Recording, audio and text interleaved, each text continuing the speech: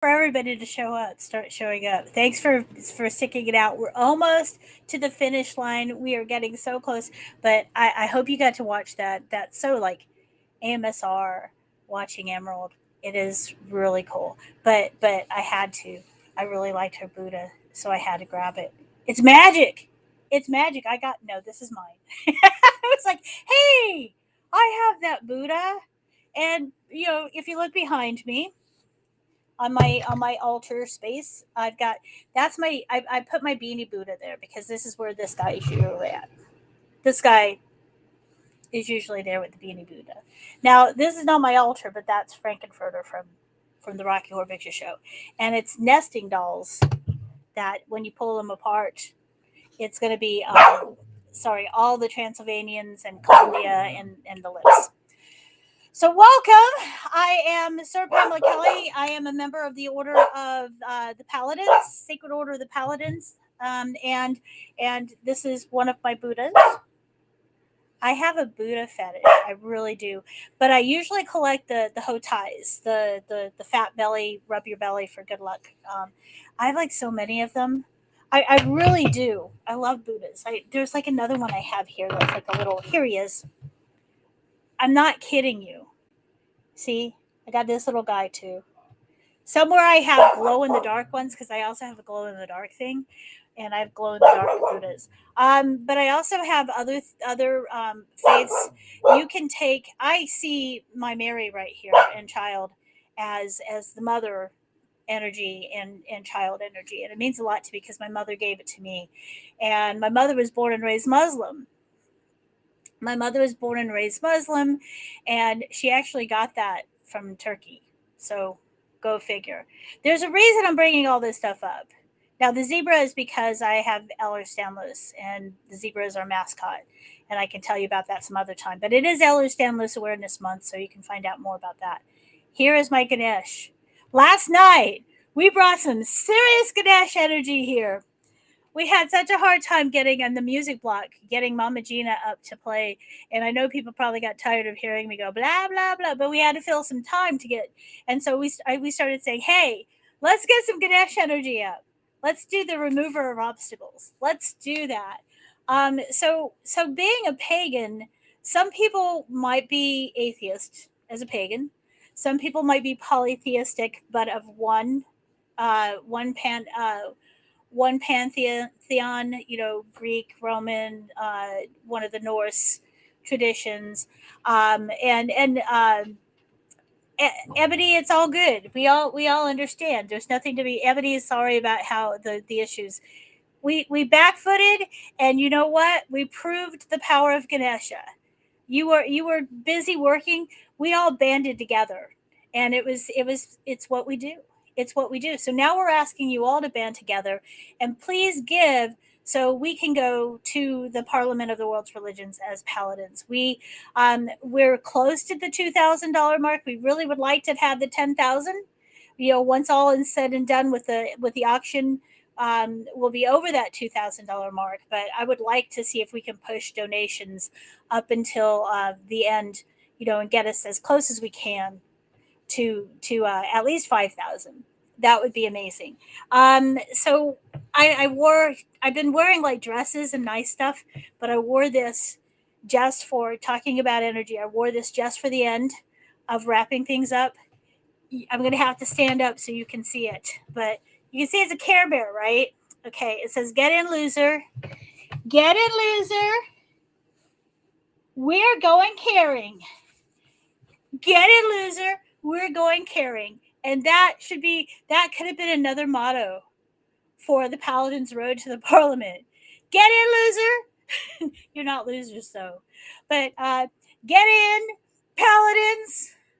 We're going caring, and we're bringing you along with us because we're representing the pagan community, the Wiccan community, the Correllians, and we're trying to show what good comes from when you bring a bunch of people into one area and talk about faith and what is sacred to us and getting that connection with the divine. That's going to be one big bowl yummy energy coming from all these different belief systems. And there's a reason I brought this all up as I'm heading into the next segment of my show, of the show here, is I was able to have a wonderful interview, sit down with Reverend Selena Fox from Circle Sanctuary. She is amazing. She is such a wonderful person and such a amazing person to be. I hesitate to put. I was going to say elder, but she is an elder, but an ambassador for our faith, because there's so much work that she does for the pagan community. She works with the UU. So many things behind the scenes that you may not know that Selena Fox does. One of the things, and she's not the only one. I'm going to go ahead and put that caveat out there. She is not the only one who worked really hard with the Department of Veterans Affairs, which is not the same thing as the Department of Defense. That's active duty military. But once you're out of the military, a lot of most of our, like almost every single person who served at least a little bit active duty goes into the Department of Veterans Affairs. And the Department of Defense has been protecting pagan rights for quite some time. And Selena was part of that. She'll be talking about that here in the interview. But the Veterans Affairs are different, and it's been hard to get representation for the grave markers. We've all seen Arlington, it brings that chill. We've all seen these veteran cemeteries filled with our heroes. Most of them are heroes, they're human too. They have their faults and everything, but they did sign the line to sacrifice everything for us. So I'm just going to say that out there. You can have whatever feelings you want to. That they're yours. I'm not going to tell you can't have them, but I'm going to tell you the bottom line is they did say, yeah, I'll give my all if I have to serve my country. And when they do pass, the people who were pagan were not allowed to have a pentacle on the gravestone. You had, Stars of David, you had crosses, no pentacle. And that's what they fight. That's what you fight for, is freedom. I want to start going into Cecilia's song. If you haven't heard it, it's the symbol, and it's about that freedom of choice, freedom of right, freedom of religion, and that's what we're talking about. So years and years went into it, and I'm trying to remember how long ago it came, but it was just April 23rd, I believe, was the day of the Pentacle Quest, they call it, when we were awarded the right to have the pentacle on the markers for veterans.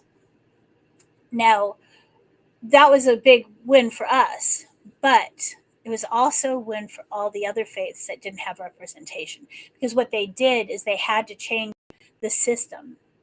And if you are a veteran or somebody who is active duty now, or somebody who is pagan or druid or even heathen,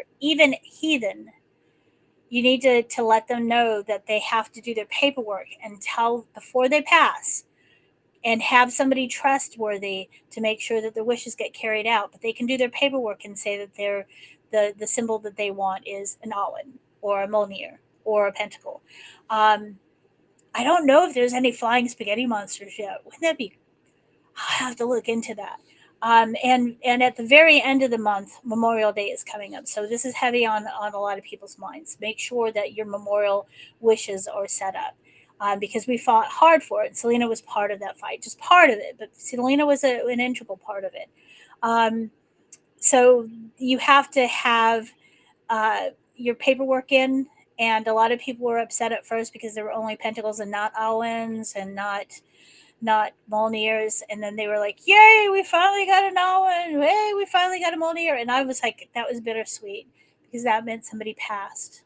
Somebody has to die that asked for that before they can put it on there. But what a downer. The reason I'm bringing this all up is to put you in the frame of mind of interfaith. That is what the Parliament of the World's Religions is about.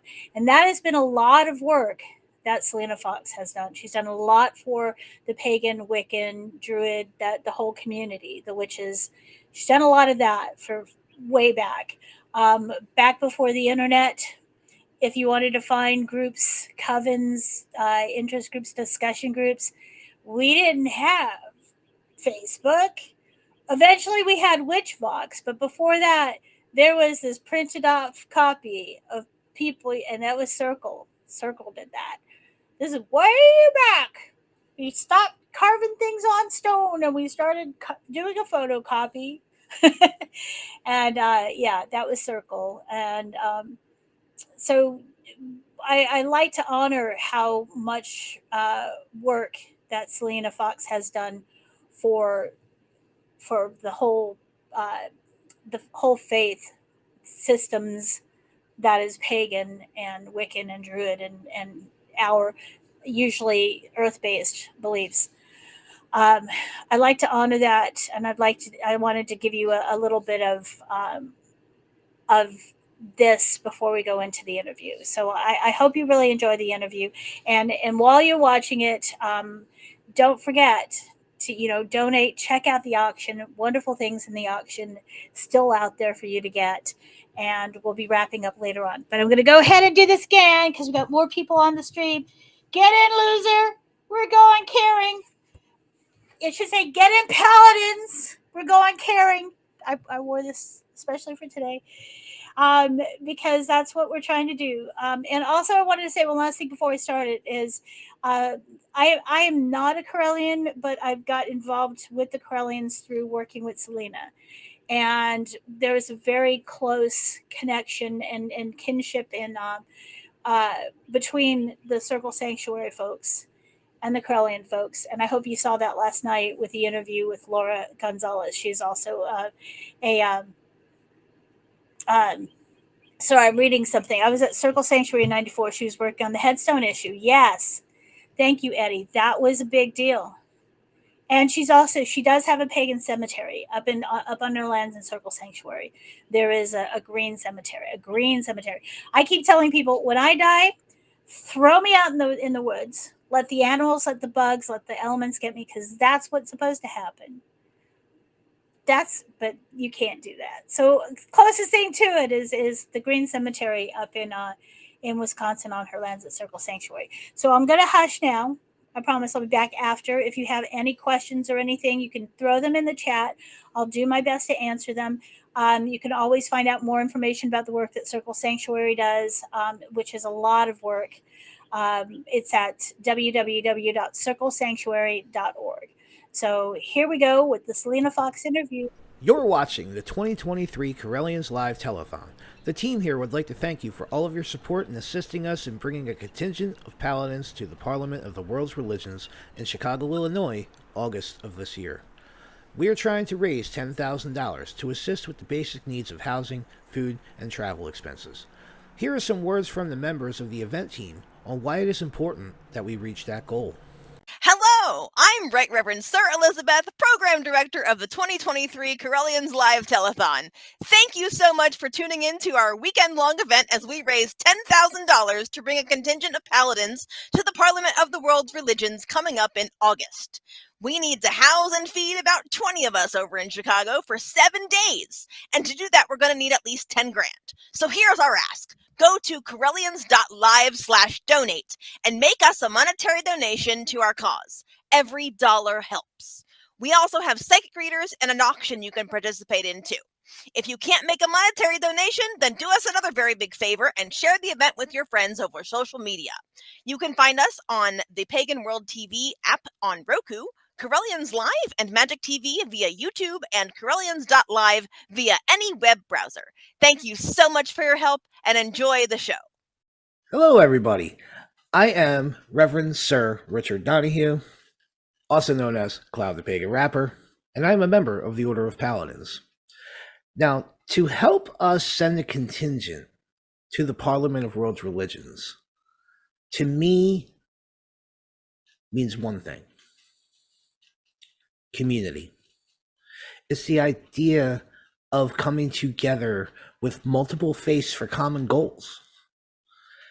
And it is paramount for the pagan community to have a seat at that table. And I, for one, am very, very proud that we are afforded this opportunity to do so. But to do that, we do need your help. We're trying to raise $10,000 so that we can feed and house the contingency of paladins that will be going to the Parliament. And it's through your help that we're going to be able to get there and represent the community in the best possible way that we can. So please, smash that donate button, all right? Smash that donate button. You can go to Correllians.live to donate. And I want to thank you guys for taking part in the telethon, okay? Check out our auction. Get yourself a reading from Divinationality. Do all of the things that we have provided for you throughout these 3 days, and let us come together in community and achieve our goal and allow us paladins to go and represent us at Parliament. Thank you very much. May you all blessed be.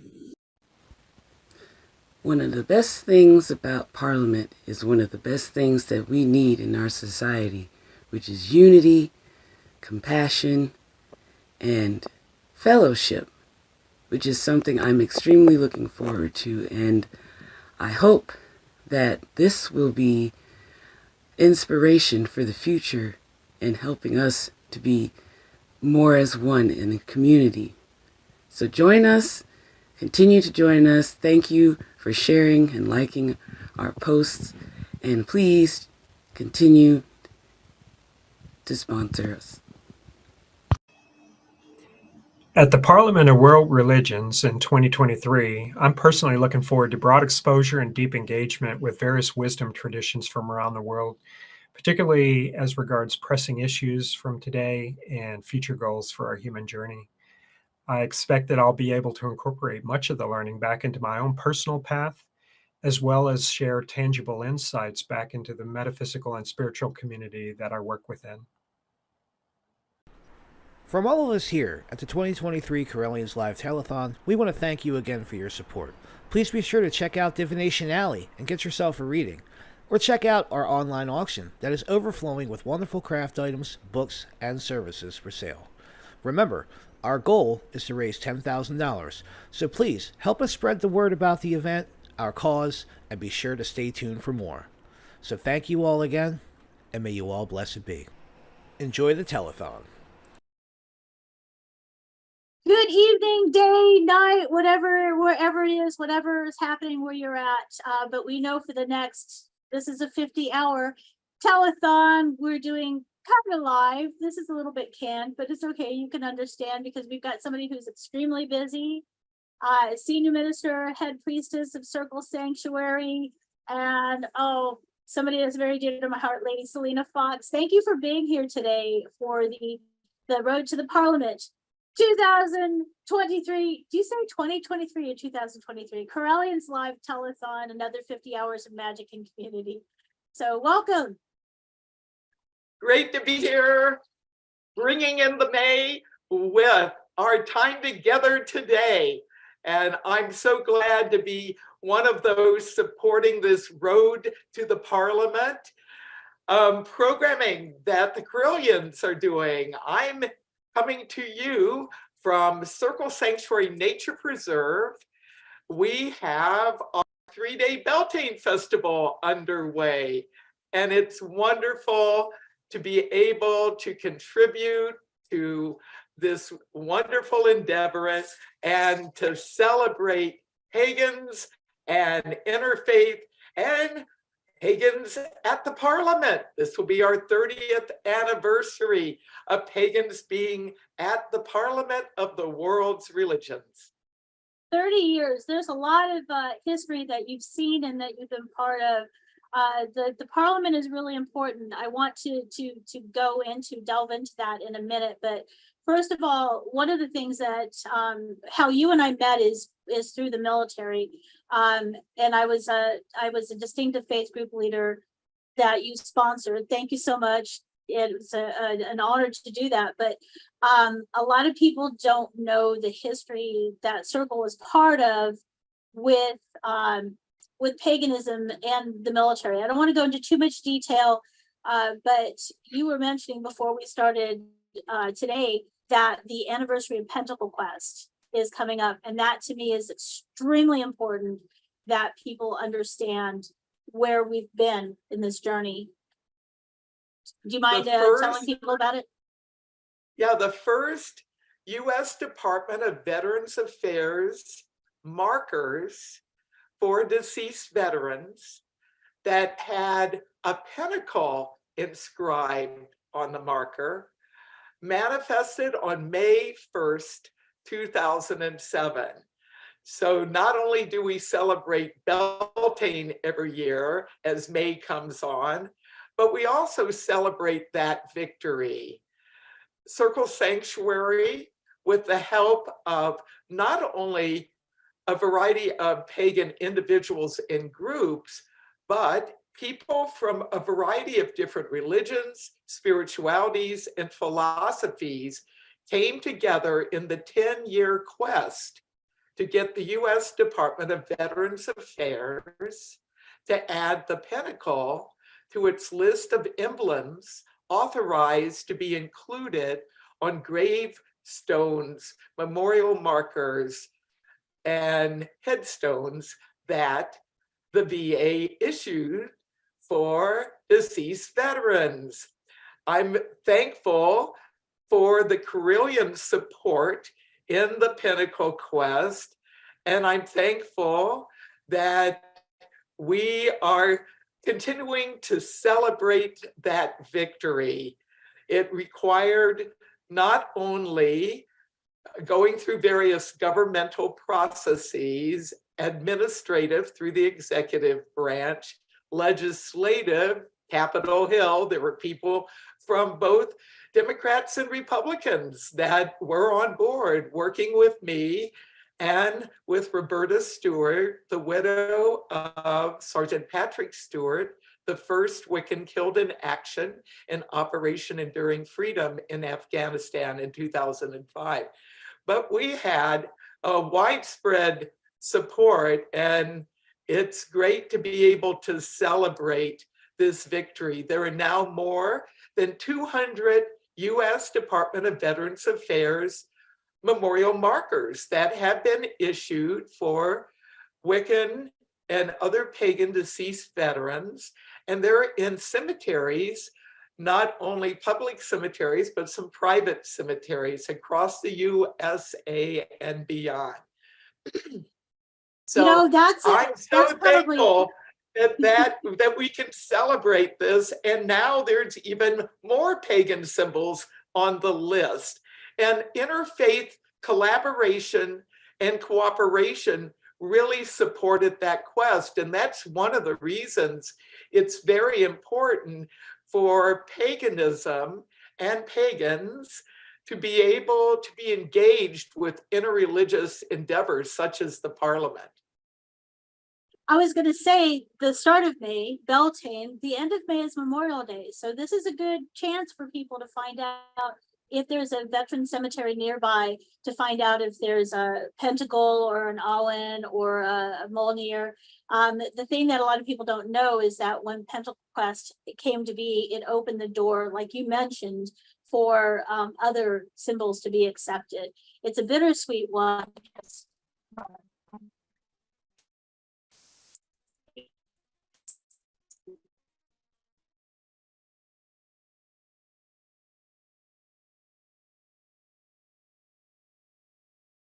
So Pam, your sound just cut out and I lost the last. Yeah, so do you need to start from the top, or are you going to edit it? This is the wonders of life, whatever it is.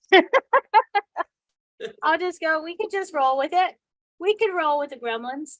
But I just wanted people to know a little bit more about it, not go into great detail, because this is not about necessarily Pentacle Quest, but I think it's really important for people to understand a little about the history of paganism in our country, where we've come from, people meeting in parlors, reading books. Where are we now? And do you mind giving, because you are so ingrained in woven into the history of paganism in our country. Well, thank you for asking and for your good words. Paganism has had some interfaith dimensions to it as it started becoming more visible in the US and other parts of the world in the 20th century. One of the really wonderful things that has happened is now that we have multiple ways to communicate, pagans in different countries around the world through social media, through translation devices and other ways, are able to connect and collaborate with each other to share some of their successes and challenges, and to come together online and in person at events that not only bring pagans of many paths together, but pagans being able to connect with people of other beliefs and philosophies, be they called religions or spiritualities or worldviews. So if we go back to the 1960s and paganism, we have paganism starting to be noticed. There were newspaper articles, magazine articles that started to happen in different parts of the world. So paganism started being visible before the social media time, before the interfaith, before the internet time, started becoming visible in the public media. And in the 1970s, there were some conferences that brought people together from different beliefs and some festivals. Out of Llewellyn Publications, Carl Weschke had, and those working with him, had the Gnosticons. And I went to Gnosticon 6 as one of the speakers and as a musician. And there certainly were many pagans that were present, but there were also magical practitioners from other traditions that were gathered together for that conference. Then, as we moved into the late 1970s, as pagan festivals started happening, one of the first festivals was the Pan-Pagan Festival. And I began doing interfaith research with one of the predominant scholars of American religious diversity, Reverend Dr. J. Gordon Melton, was at the Pan-Pagan Festival, and he was very interested in understanding paganism and being able to research it, and got permission from the organizers to be present. And he and I began a long relationship and connection. He, for his day job, was a Methodist minister, a pastor of a church, and he was the head of the Institute for the Study of American Religion. There were some pagans at that gathering who were surprised to have a Christian minister there interested in paganism and doing research. Weren't quite sure about that, but I was totally on board with being able to talk with him and help with the research. And over the years, academia has been a area where there's been interreligious understanding. I started Circle Sanctuary back in 1974 and realized in order to bring together people connected with nature in a sacred way, Wiccans and Druids and heathens and many different forms of paganism and other nature spirituality paths, it was really important for us to find a way to evolve pagan institutions. So Circle Sanctuary has in common with the Correllians a multi-generational and long-standing institutions, not only serving pagans, but also being part of that larger world of religious and spiritual life. And that's been really an important thing as pagan festivals started happening outdoors and bringing people from many different traditions together in the late 70s. I had occasion in 1979 to do a hand fasting at the Pan-Pagan Festival that year. It turned out Time magazine found out about the festival and showed up, and actually an article about paganism as a religion appeared on the religion page in the 1970s. 1979 was a really important year because that's when The Spiral Dance came out, was published, and Drawing Down the Moon by Margot Adler, A History of Paganism. And that was the year that Circle Sanctuary published its first Circle Guide to Wicca and Pagan Resources. So Starhawk had a book of rituals.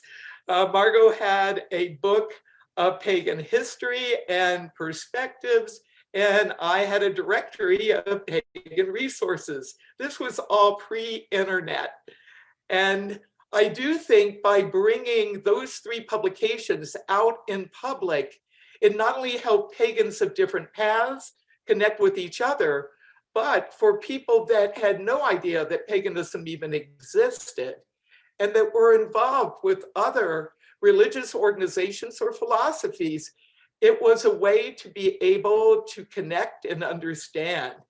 So there's been interfaith publishing connections that have gone on. And then in 1980, I was at the Interfaith Human Unity Conference in Chicago. And that was a very early interfaith conference that brought together not only religious leaders from many different faith traditions from around the world, not just the USA, but pagans were included. There weren't many of us, and I was one of the speakers. And I give thanks to Reverend Dr. J. Gordon Melton for the invite that made it possible for me to speak there and do some of the music. So as the 80s started unfolding, there was increasing awareness about the importance of looking at ancient practices for connecting with nature in sacred ways, and to really take a look at the divine and how the divine is depicted. The rise of ecofeminism, of feminist spirituality, goddess spirituality, and environmental spirituality really helped bring about more bridges of interfaith understanding and collaboration. And in 1988, Margot Adler and I were invited to be part of the very first World Council of Churches International Interfaith Women's Dialogue Conference. It was held in Canada at Victoria University, and Margot and I were there, not only representing goddess traditions, but paganism as a whole. We were clearly in the minority, and many of the women that were there from other world religions had never heard of paganism before, including some of the indigenous people who were practicing traditional ways. They had not encountered similar ways, but rooted in old European practices. So that was another really important interreligious event that helped paganism connect with the interfaith world. Wow. I'm listening and I'm like, my brain is going along with you. I liked when you talked about Wesky's, Carlinwell and Wesky's meetings and conferences and such, because I remember when he passed, having the tribute we did for him, and you and Mr. Buckland, Raymond Buckland, and Oberon, I think, having a conversation, old friends, and it just means a lot to me as somebody to have that history, our own history. That's kind of new. You brought up Margot. I think you can see my drawing down the moon behind me. That's like common. Everyone has to have drawing down the moon, especially pagans of a certain age, drawing down the moon and spiral dance. Margot did a lot of work with the UU as well, the Unitarian Universalists, with cups and such. That's another area, right, where pagans can work interfaith. Is it interfaith or intrafaith? Because the UU have absorbed some pagans, and the UU also does a lot of work for social justice, for social issues. Is that one of the areas? Maybe basically tell me a little bit more about your specific work and maybe how the UU works. Yes, well, in addition to being senior minister of Circle Sanctuary and high priestess of the Circle Craft tradition, which is one of the many paths that are woven together in our more universalist nature spirituality practices of the Circle Sanctuary community, I've been on the circuit of presenting sermons and conducting religious services at Unitarian Universalist churches for now more than 40 years. And Margot and I had much in common in terms of not only being rooted in a variety of different pagan traditions, specifically pagan traditions, but being supporters of the covenant of Unitarian Universalist pagans. And we have Circle Sanctuary ministers who are part of the covenant of Unitarian Universalists.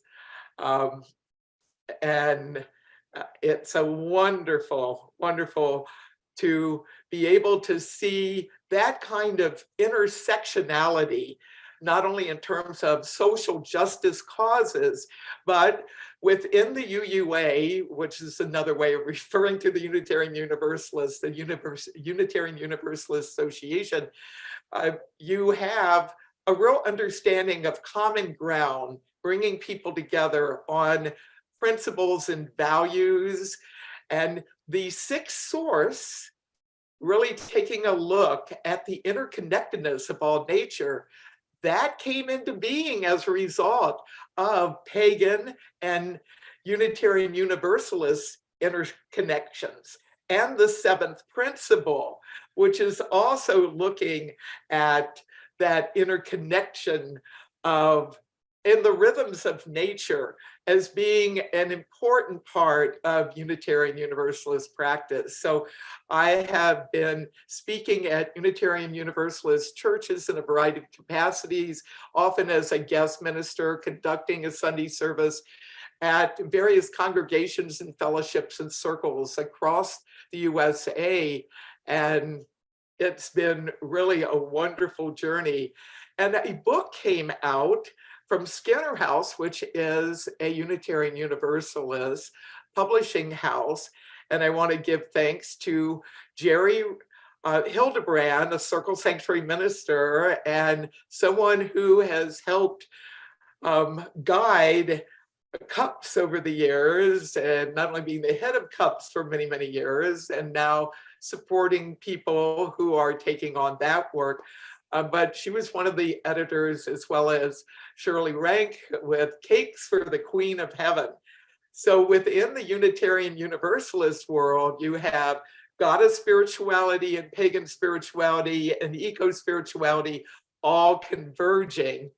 every congregation and community is different, but that has been a really wonderful relationship over the decades. And I'm thankful to continue to have that as part of Circle Sanctuary's partnership and connections is to our relationships with Unitarian Universalists.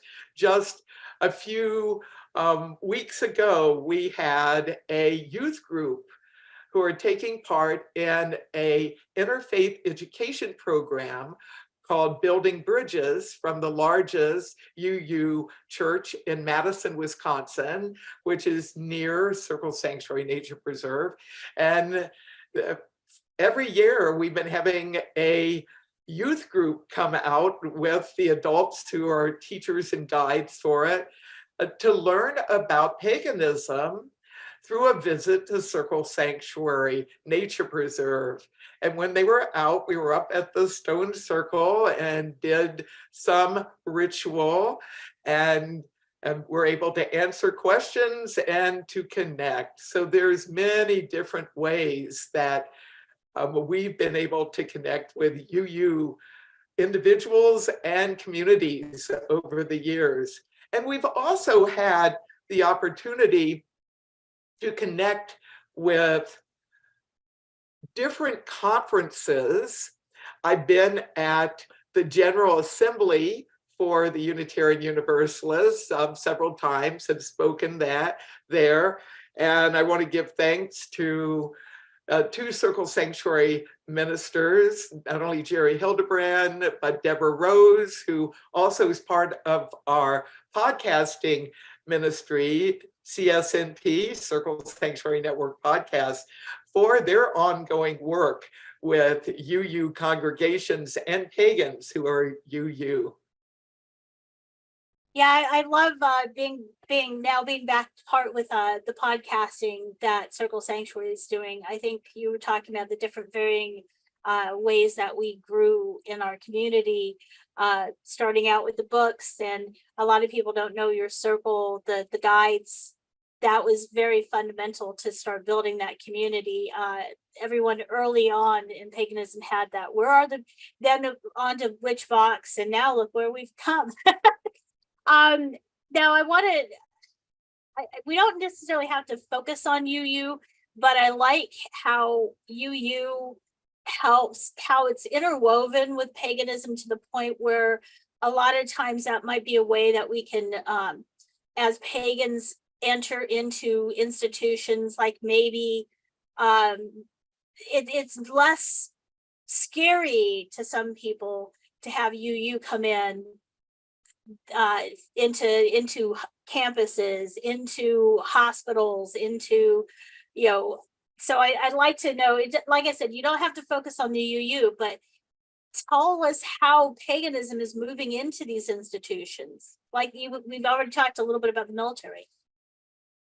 Yeah, well, and there is a book that I should mention too, that has contributions from a number of pagans with connections with UUs and pagan voices, pagan and earth-centered voices in Unitarian Universalism. And so Jerry and Shirley put together this anthology. I was one of the contributors. There's stuff from Margot in there and Starhawk and a number of other people. John Beckett, he's a blogger who's done a lot of work. And I see a mutually productive relationship with UUs in that I think that the pagans who are part of the UU realm have been able to contribute ceremonies and chants and meditations and a lot of spiritual material and lore from the ancient past, as well as contemporary practices as UU congregations branch out and celebrate the seasons.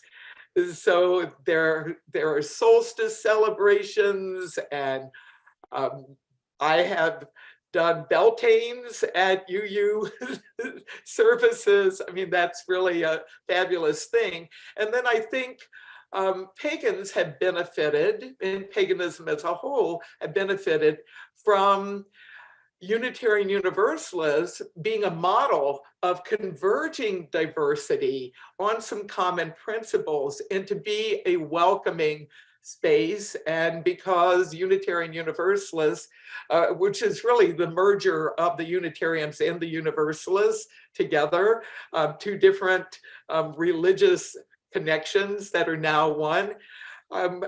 Yes, some pagans have had multiple affiliations because they have wanted, for example, youth education and being able to be at an institution where it's a safe space for pagans. Pagans are welcome, and also being able to have one's children be able to connect with other children with similar values.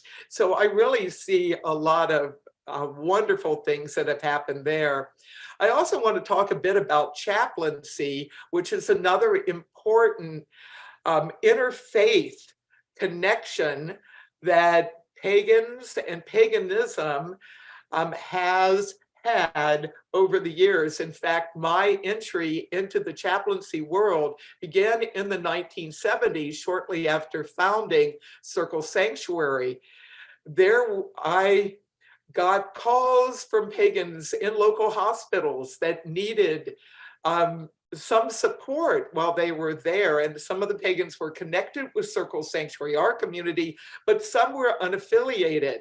And in the 1970s, I started building bridges of understanding and collaboration with chaplains in a variety of healthcare facilities, so that as they had people who identified as pagans come into their institutions, that they would have either myself or other people's connected with Circle Sanctuary that we referred them to, be able to have appropriate spiritual care for those in hospitals. And that's really expanded out to mental hospitals, hospices, birthing centers.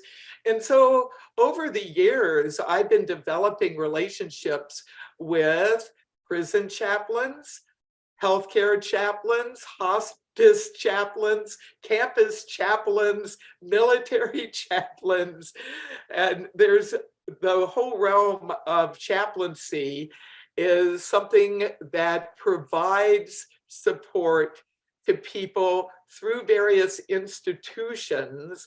And it's really important that pagans are not only understood by chaplains of other faiths, but there be pagan chaplains. So Circle Sanctuary is one of the pagan churches that endorses and trains chaplains for various institutions. We have hospice chaplains and healthcare chaplains, and we also are in the realm of lay chaplaincy. And it really depends on the type of chaplain as to what the connection might be. I was asked by Carl Weschke back in the early 1980s to be the contact person with the with the Pentagon's Army Chaplains Handbook Project. He oversaw the first edition, which was in 1978. And at that time, Reverend Dr. J. Gordon Melton was the one that was putting together that very first Army Chaplains Handbook. And Carl Weschke and the American Council of Witches were listed in that first Army Chaplains Handbook. Well, 1983, by that time, the American Council of Witches connections were still there, but the formal organization shifted. And instead of being something that was growing, it more disbanded. And as a result, Carl thought it was important to pass on the updates of the Wiccan section to an institution and somebody with that institution that would continue with that project. And so I had a hand in revising one of the second edition of the Army Chaplain's Handbook. And then through interreligious and intrafaith connections, Covenant of the Goddess also was able to contribute to a later edition of the Army Chaplain's Handbook. I also, because of my work with prison ministry and chaplaincy, for more than 30 years, I have been providing input with the U.S. Department of Justice, Federal Bureau of Prisons, and in 1992 was invited to start contributing information to the Technical Reference Manual, which has information about diverse spiritual traditions. It's now an internal document. You can find some older versions online still. But I actually think the interfaith connections with institutions have been good for the institutions to be more reflective of religious pluralism in America.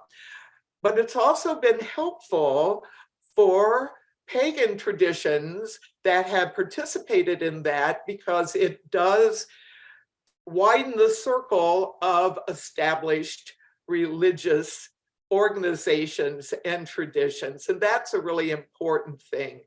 The Pluralism Project out of Harvard University is something else that emerged in the early 1990s with a CD-ROM called On Common Ground. And there is an excellent interfaith research site that the Pluralism Project, which is part of Harvard Divinity School of Harvard University, pluralism.org, you will find that paganism is among the world religions that have been studied and has information available for the general public about different pagan traditions and institutions. And I want to give thanks to Dr. Diana Eck, who not only was part of that World Council of Churches International Interfaith Dialogue Conference for Women. She's the one that invited Margot and I to take part, but she was the mastermind of the Pluralism Project, and it continues on. There have been a number of international interfaith events and institutions over the years where pagans have been included. An example is the Charter of Compassion, a Charter for Compassion. And Circle Sanctuary was one of the founding members of that. And the Charter for Compassion is really taking what some people call the golden rule as a common denominator across a number of different religious and spiritual traditions. And it's been exciting to be part of that project. And there is now an international interfaith environmental convergence. It's called Green Faith, and Circle Sanctuary is the first pagan church to have a group that's part of the International Environmental Interfaith Green Faith Organization. And coming out of that work has been our Blue Marble podcast. And we have not only had pagans on that podcast that one of our eco-chaplains, Char Bear, does every month, but we have had people from a variety of different backgrounds and beliefs, some environmental scientists included. So I see a lot of excellent things happening when people of different traditions come together. And when we talk about interfaith, I know the word faith is not a good fit for everybody and their belief systems. However, as Circle Sanctuary works with Interfaith, we really see a convergence of different worldviews and philosophies. So in addition to working with people from different religions, the world religions, and spiritualities, people that would call themselves spiritual but not religious, we also work with free thinkers, humanists, agnostics, and atheists.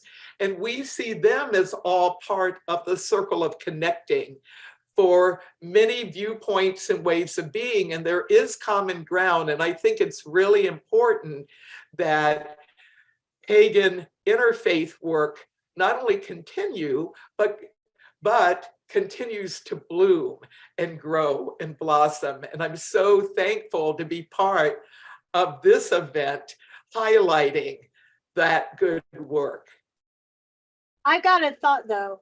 I know that my work with working with the chaplains in the military, first of all, let's take a step back. Chaplains usually are people of faith, but they're not the preachers. They're not there to they're more there for your spirit, right? They're more there for spiritual comfort. And especially with the military, chaplains have to give accommodation to, that's part of why we did the handbook for the chaplains in the military. So if you have a chaplain that doesn't have any experience in paganism, Wicca, heathenism, they have something to go on. But one thing that they always asked me when we would have our conversations, our interfaith conversations, trying to understand each other better, if they're Christian, they have a Bible. If they're, Jewish, there's a lot of good books, the Quran for the Muslim. There's a lot of people that say, like, where's your book? Where do you learn about this? So how do you religious studies basically is what I'm trying to get into. How do we study in our faith? Well, and one of the things that I've had the opportunity to do over the years is training of federal chaplains in corrections, as well as some state chaplains in corrections. And I've done diversity education for chaplains in the military and in the VA and on campuses and in a variety of different settings. And I talk about the Abrahamic religions being people of the book, because you do have sacred texts that are connected with the three Abrahamic religions. I also talk about how there are sacred texts in the religions that are rooted in the Near East and in Asia. Then I talk about nature religions and nature traditions. And in giving that big overview at trainings I do, I talk about the book of nature. And that instead of having a book, a sacred text, one sacred text that's been transmitted through a human, that those of us involved in nature-centered spirituality, we also have teachings and understandings. We take that directly from nature. And I do think as more people have understood the nature-centered connections of many pagan traditions and related traditions, I think that has built some bridges of understanding. I did a podcast for many years called Nature Mystic, and I often will use the nature mystic term as an interreligious term because there have been nature mystics throughout all the world religions. And they aren't always called a nature mystic, but if you look through the world's religions, you will find traditions where people derive inspiration, transformation through nature communion. And I see that that's another connecting link. And as the environmental movement has continued to grow and expand, there is now a greater understanding that if you're going to have an interfaith environmental event, you better invite the pagans. We exist and we have good things to share. And I'm happy to say that when the climate strike happened around autumnal equinox time in 2019, that within Madison, Wisconsin, there not only was a big rally at the state capitol, but prior to that rally, there were several interfaith services at various churches near the state capitol.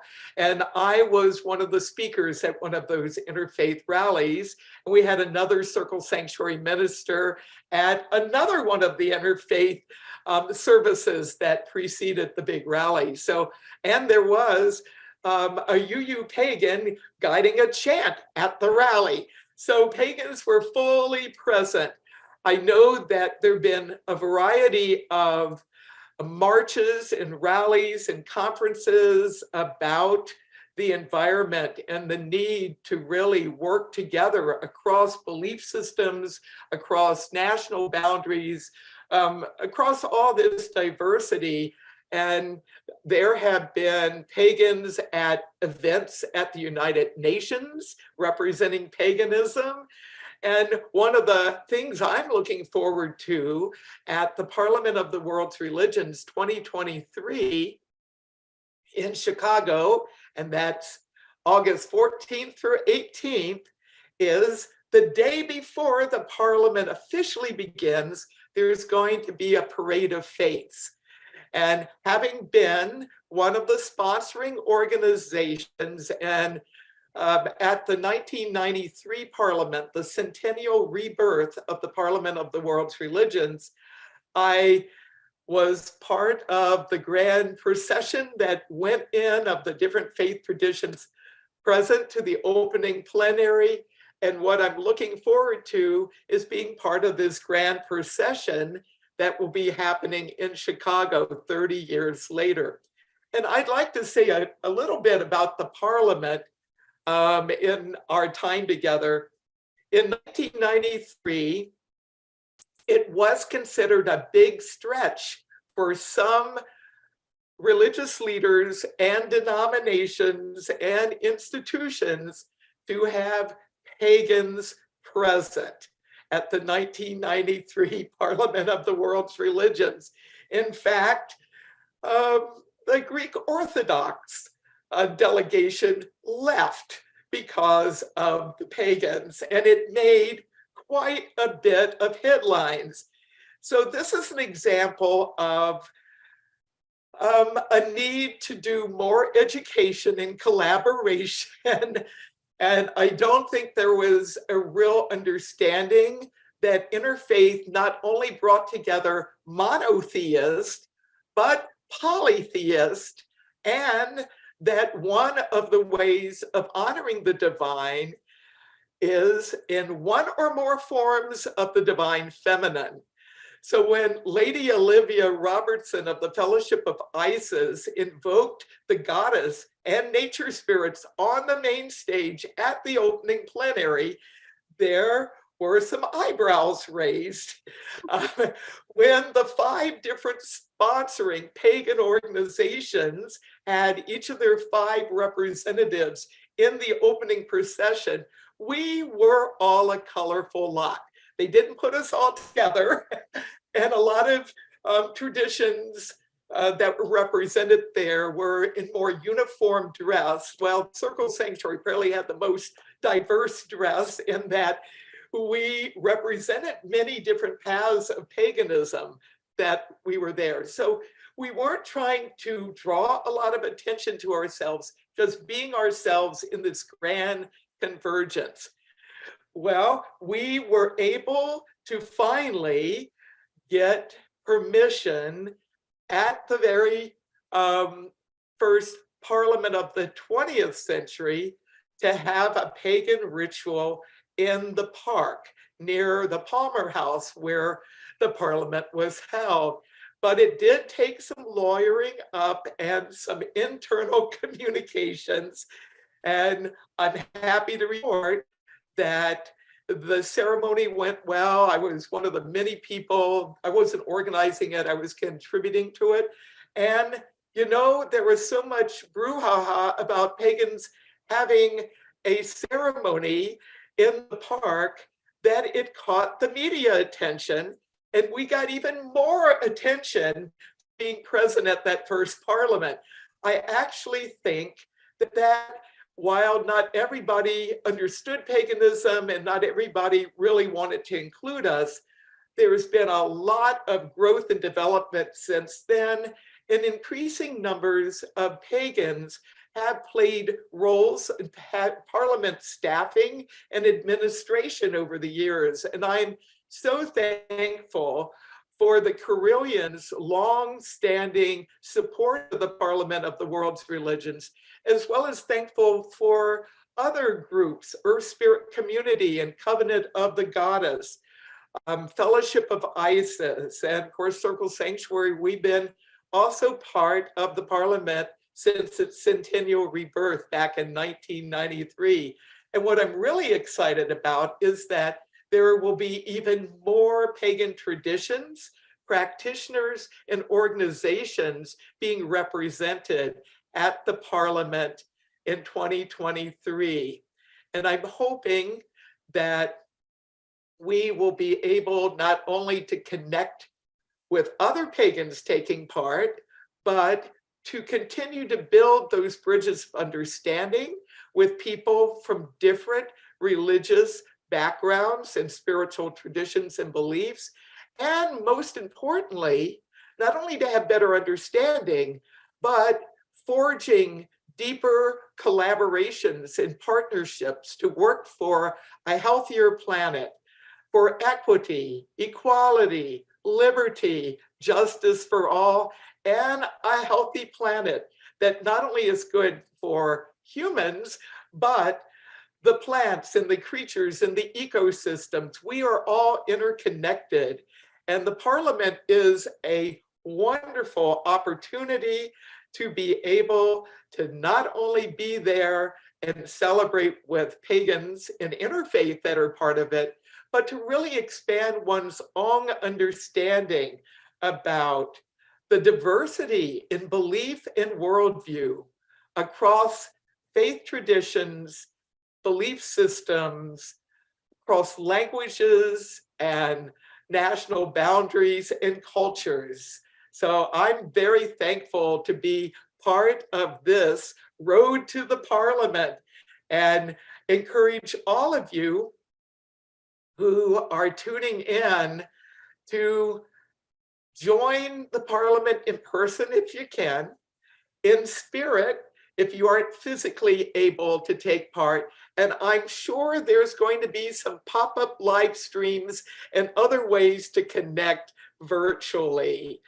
And I am so thankful to be part of this pre-Parliament preparation event. And I think that pagans and interfaith will continue to make history and herstory as we move ahead into not only the Parliament this year, but in times to come.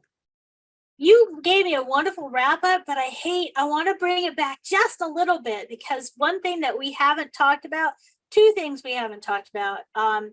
You brought up a lot about the Circle Sanctuary Network podcasts, and we talked about a lot about the interconnectedness and international and all, but we cannot talk about Chicago, international, and Circle Sanctuary Network podcasting without the manager of Circle Sanctuary and the work that she has done, Laura Gonzalez, with spreading paganism and Circle Sanctuary through the Spanish language world. There's a lot of pagans who speak Spanish, Spanish as their primary language across the world, and also Portuguese. Portuguese has been added too. Can we bring the international into this, and then we can wrap things up?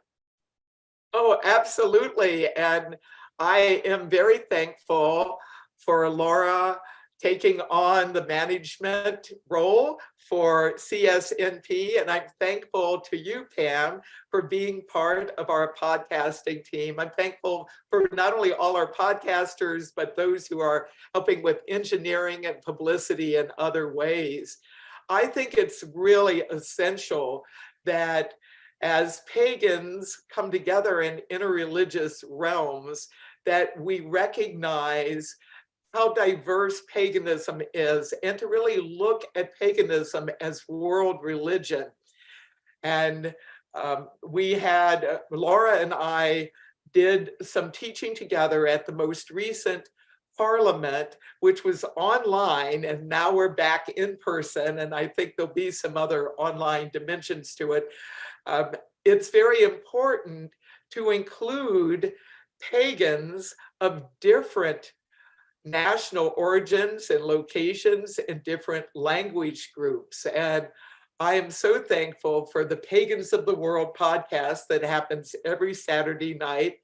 And I know that Laura has done not only multilingual interfaith networking, but multicultural interfaith networking.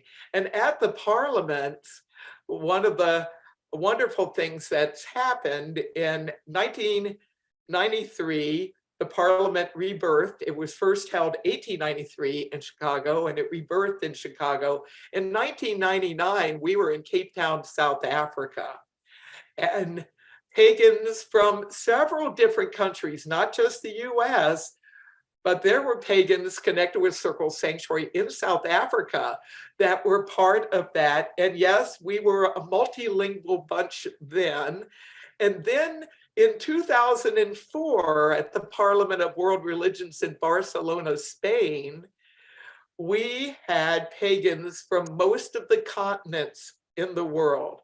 No one was there from Antarctica, but we had pagans from a variety of different European countries, as well as Australia and New Zealand, Polynesia and Japan, South America, the US and Canada, and Africa. There were people there from South Africa.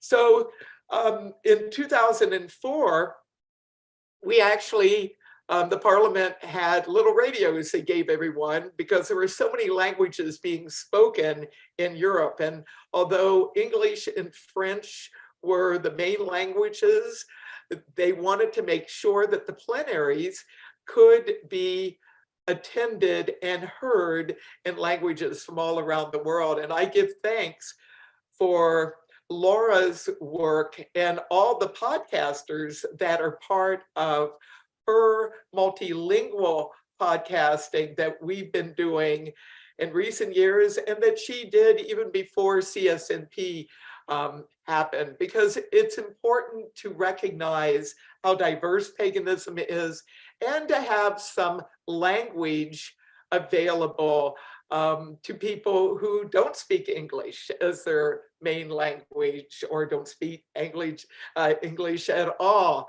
So I give thanks for that.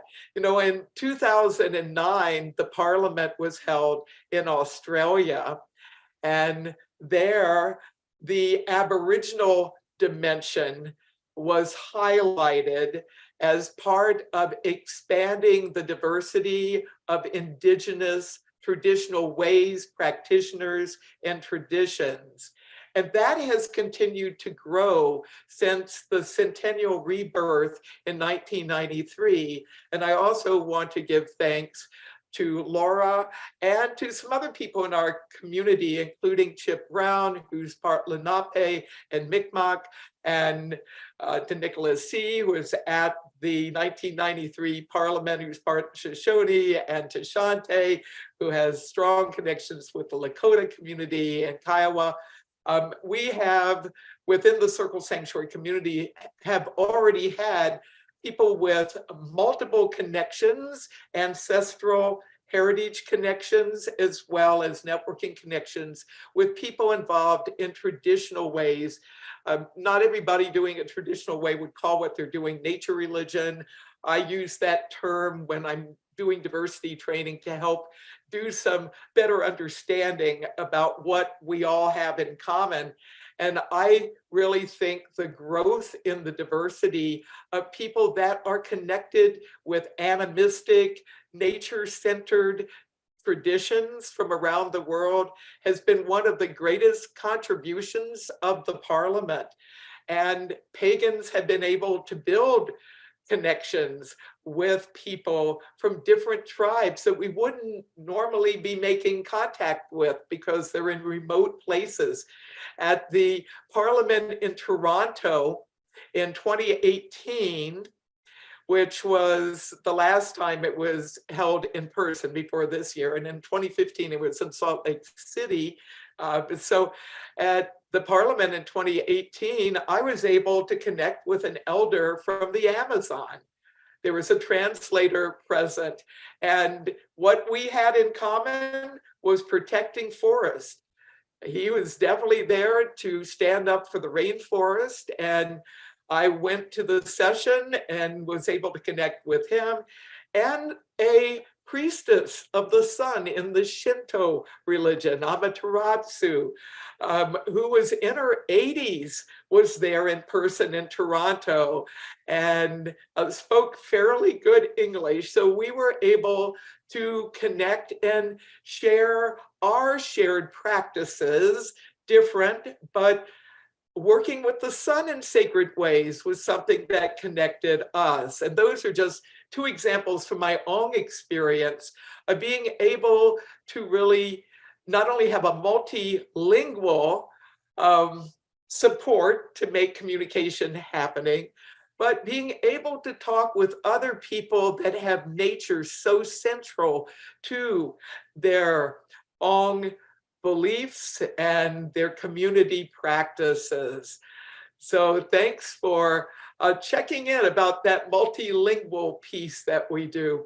And I also want to just mention the American Academy of Religions and the work that has played in the realm of religious studies. And I'm sharing this. My husband, Dr. Dennis Carpenter, a psychology professor for many years with the University of Wisconsin system, and now he's a professor emeritus. But in the 1990s, we helped birth what was then called the Nature Religion Scholars Network with some other pagans who were in academia. And so in 1995 in Philadelphia, we gathered together and really thought it was important to have pagan studies get recognized within the foremost professional institution for religious studies professionals and professors and researchers. And I'm happy to report that others have continued on with that work. Dennis and I are both academically in the psychology realm rather than religious studies realm. As this endeavor got started, it seemed very appropriate to turn it over to the pagans and the religious studies realm.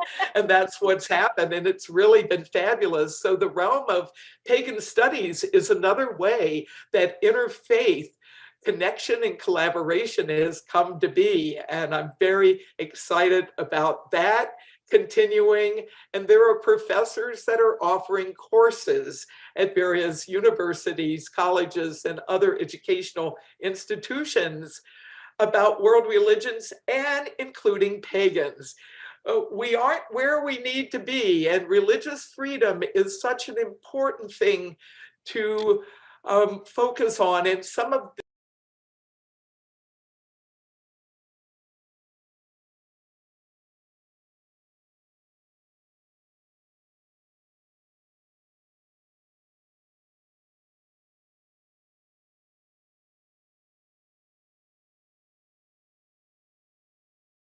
You're watching the 2023 Correllians Live Telethon.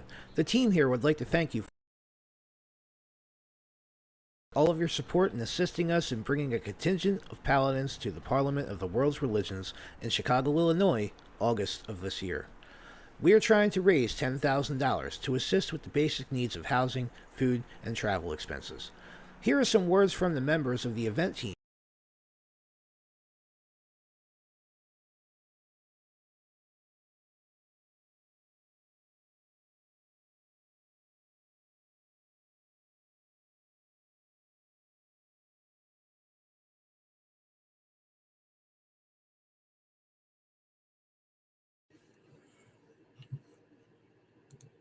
I apologize about that. That is total user error. I was trying to get ahead and get the donation break ready for when it was time, but I'll try to bring us the very end. You're watching Let the me see if it'll let me 2023 do it. Let Correllians me go Live all the Telethon. way The team through.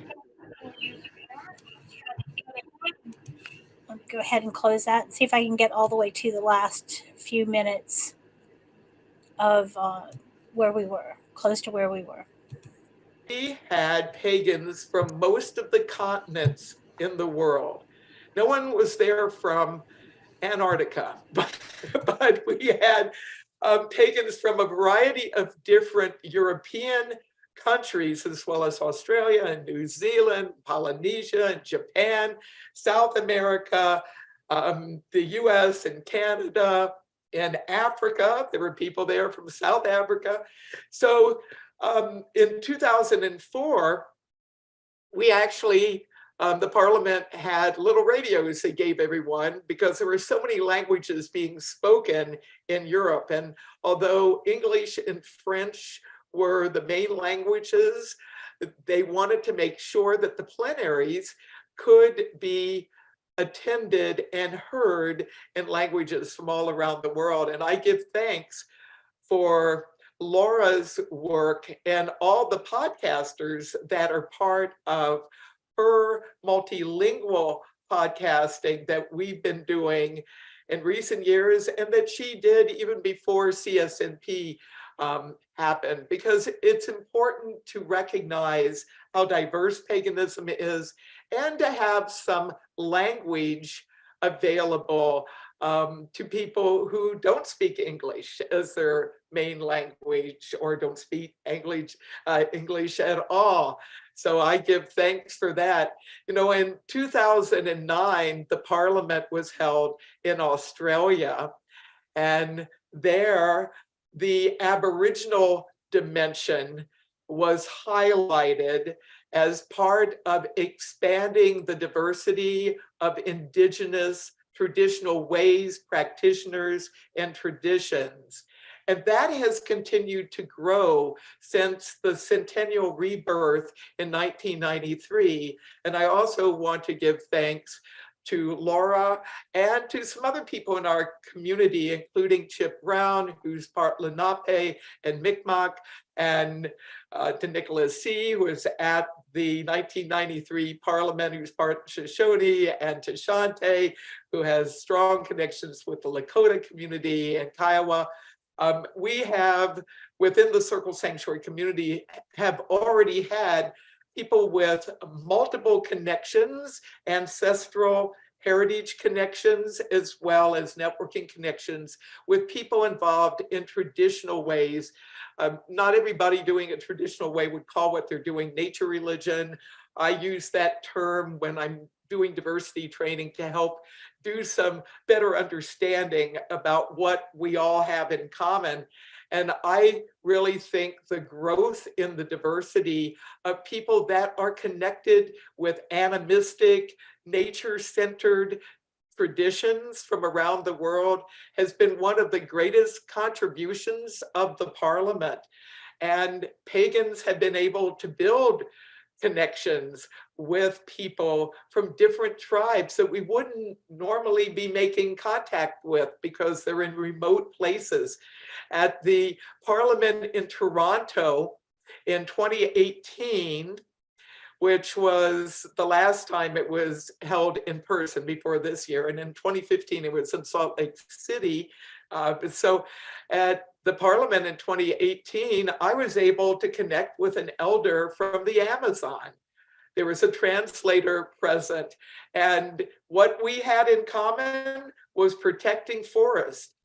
He was definitely there to stand up for the rainforest, and I went to the session and was able to connect with him, and a priestess of the sun in the Shinto religion, Amaterasu, who was in her 80s, was there in person in Toronto and spoke fairly good English. So we were able to connect and share our shared practices, different, but working with the sun in sacred ways was something that connected us. And those are just two examples from my own experience of being able to really not only have a multilingual support to make communication happening, but being able to talk with other people that have nature so central to their own beliefs and their community practices. So thanks for checking in about that multilingual piece that we do. And I also want to just mention the American Academy of Religions and the work that has played in the realm of religious studies. And I'm sharing this. My husband, Dr. Dennis Carpenter, a psychology professor for many years with the University of Wisconsin system, and now he's professor emeritus. But in the 1990s, we helped birth what was then called the Nature Religion Scholars Network with some other pagans who were in academia. And so in 1995 in Philadelphia, we gathered together and really thought it was important to have pagan studies get recognized within the foremost professional institution for religious studies professionals and professors and researchers. And I'm happy to report that others have continued on with that work. Dennis and I are both academically in the psychology realm rather than religious studies realm. As this endeavor got started, it seemed very appropriate to turn it over to the pagans and the religious studies realm. And that's what's happened. And it's really been fabulous. So the realm of pagan studies is another way that interfaith connection and collaboration has come to be. And I'm very excited about that continuing. And there are professors that are offering courses at various universities, colleges, and other educational institutions about world religions and including pagans. We aren't where we need to be, and religious freedom is such an important thing to focus on. And some of the advances in interfaith collaboration and acceptance have come from religious freedom battles that pagans have done. Not only defeating the Helms Amendment in 1985, federal legislation, which would have taken away tax-exempt status from American pagan churches, Wiccan churches in particular, but in 1999, defeating federal legislation that would have made it illegal for Wiccans in the military to practice their religion at military installations. And then from 1997 to 2007, the Pinnacle Quest. Well, in each of those federal battles, part of our success was from the pagans of many traditions being willing to come together and work together for the common good. But we also had allies in a variety of Christian, Jewish, Muslim, Buddhist, Hindu, Baha'i, and a whole range of other world religion traditions, as well as had free thinkers and secular humanists supporting us. And Lady Liberty League sees that it's important for our work, which is the Pagan Civil Rights and Religious Freedom branch of Circle Sanctuary and our ministry work. We think it's really important not only to address discrimination and harassment against pagans when it occurs, but part of our work has been forging these opportunities to connect with each other and to work together. And I am so thankful for this opportunity to give thanks to the Correllians for many years of collaboration on religious freedom work, on interfaith work, on environmental work, on the sacred work of bringing more love and well-being into the world. So thank you so much for this opportunity. And more information about Circle Sanctuary and the things that we will be doing at the Parliament, you can go to circlesanctuary.org, and you can also find information about our podcast And we have a variety of podcasts in the archives from past parliaments and some other interreligious connections and endeavors at CSNP. So thank you so much for the opportunity to be here to share some thoughts and perspectives, experiences as part of this Road to the Parliament event. Thank you so much, Lady Selena, for being here and reminding us how important this event is and why it's so important for our paladins to make it there to Chicago. So if you can give for our 50 hours here at the telethon. And thank you again, Selena, for joining us today. And have a happy Beltane, Circle Sanctuary.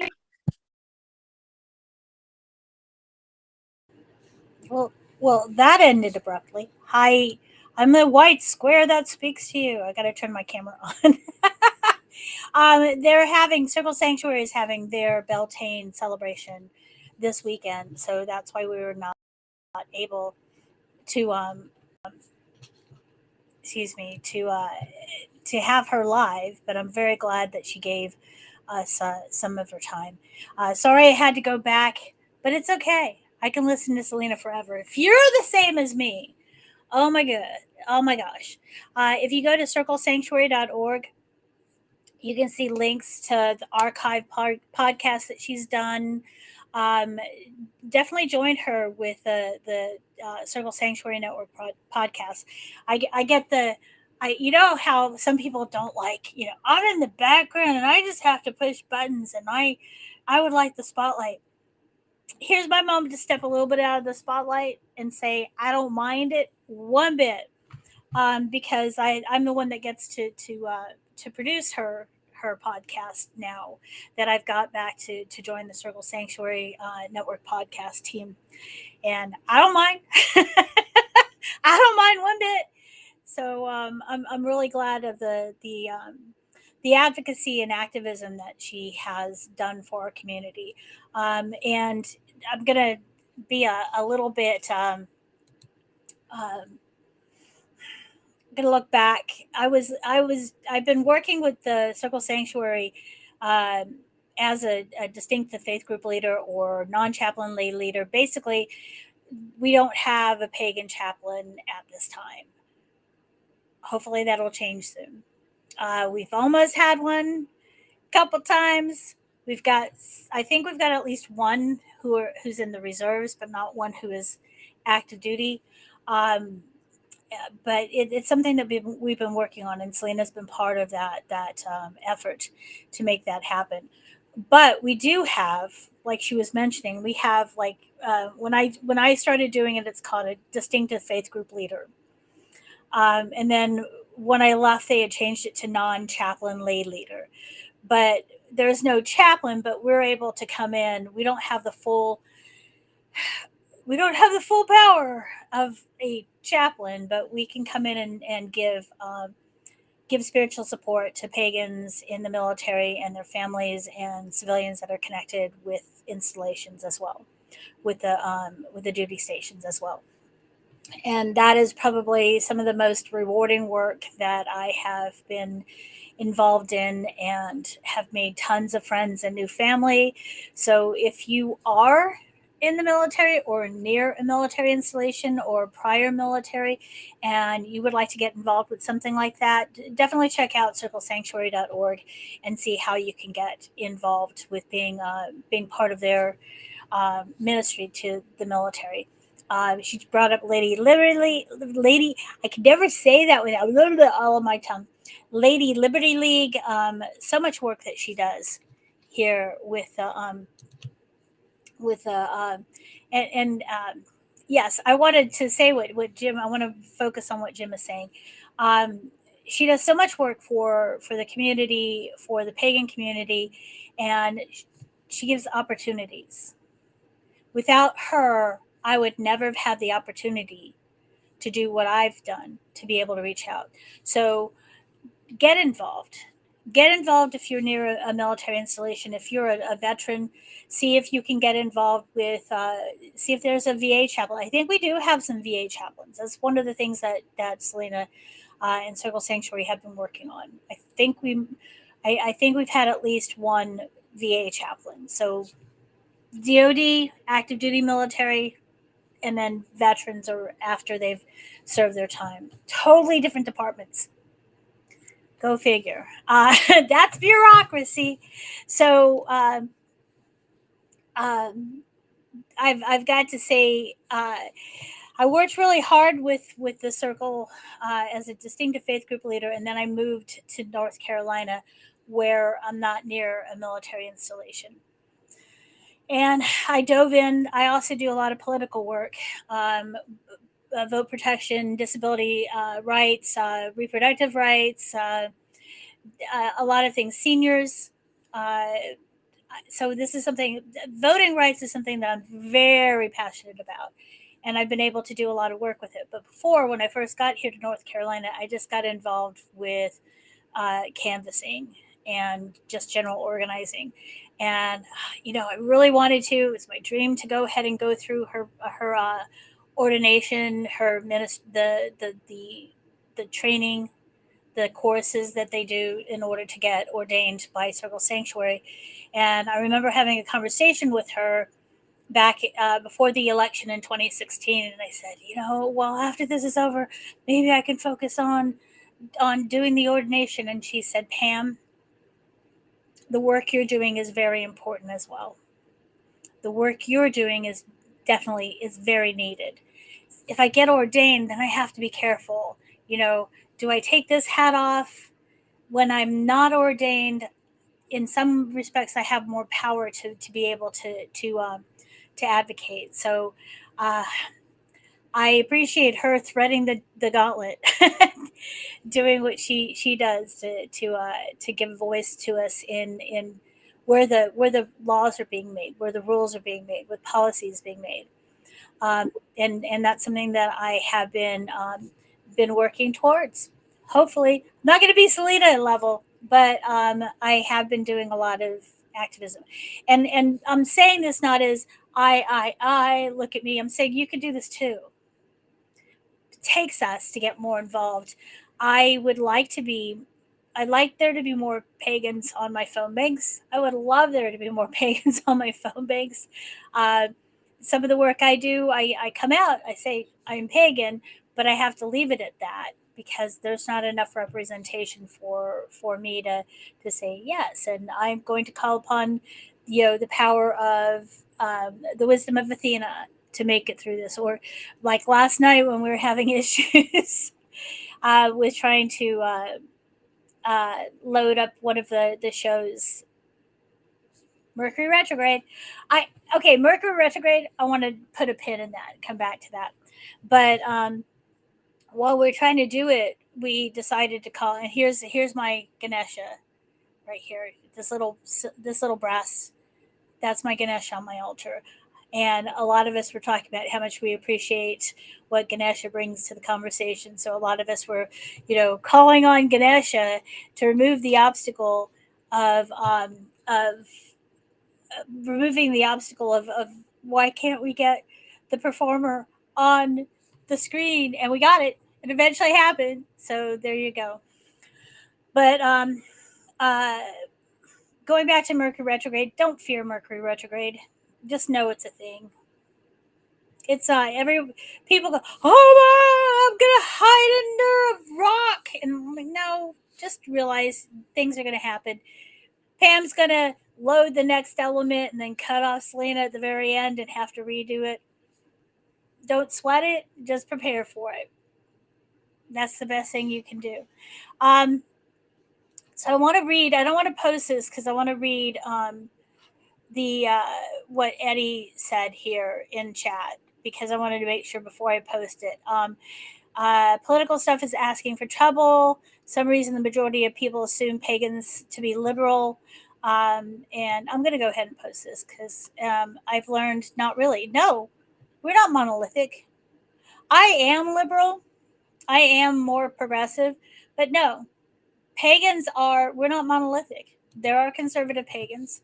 The one thing, though, that we do have to watch out for in some of the extreme conservative circles where we have people who are trying to usurp a part, the heathen, the Norse beliefs as a cover for white supremacy. And that's something that we definitely, I feel that, especially if you're a conservative pagan, that you need to stand up and draw a line there, because there's no room for that.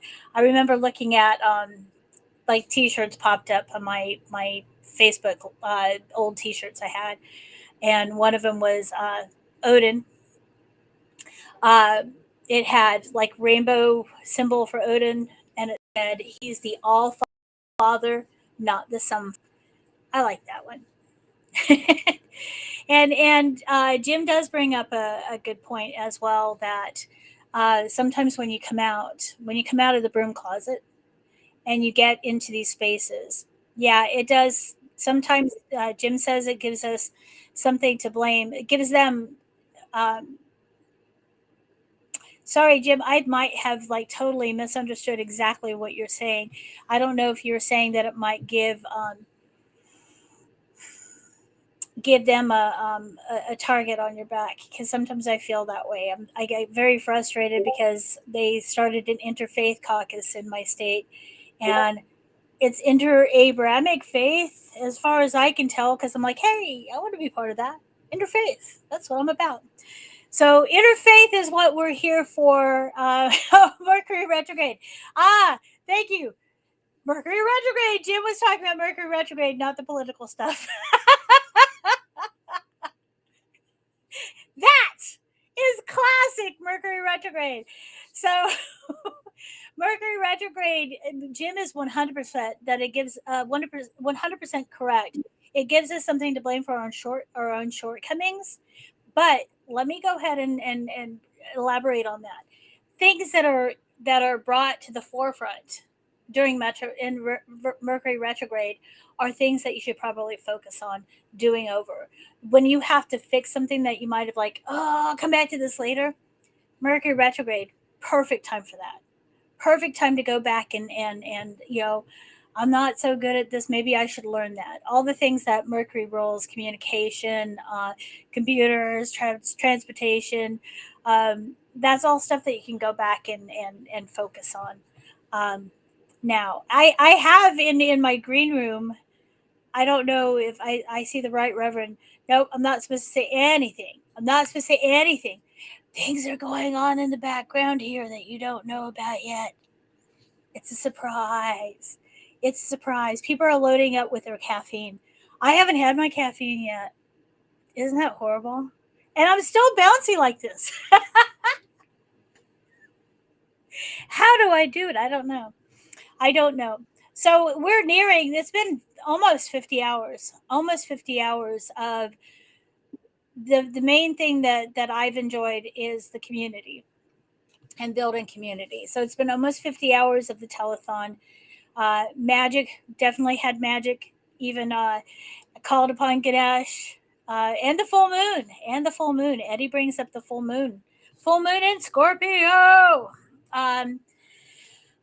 Beltane, it is today is celestial. If you go by, I'm more of a person who goes by more of the celestial markings for the holidays, where when we have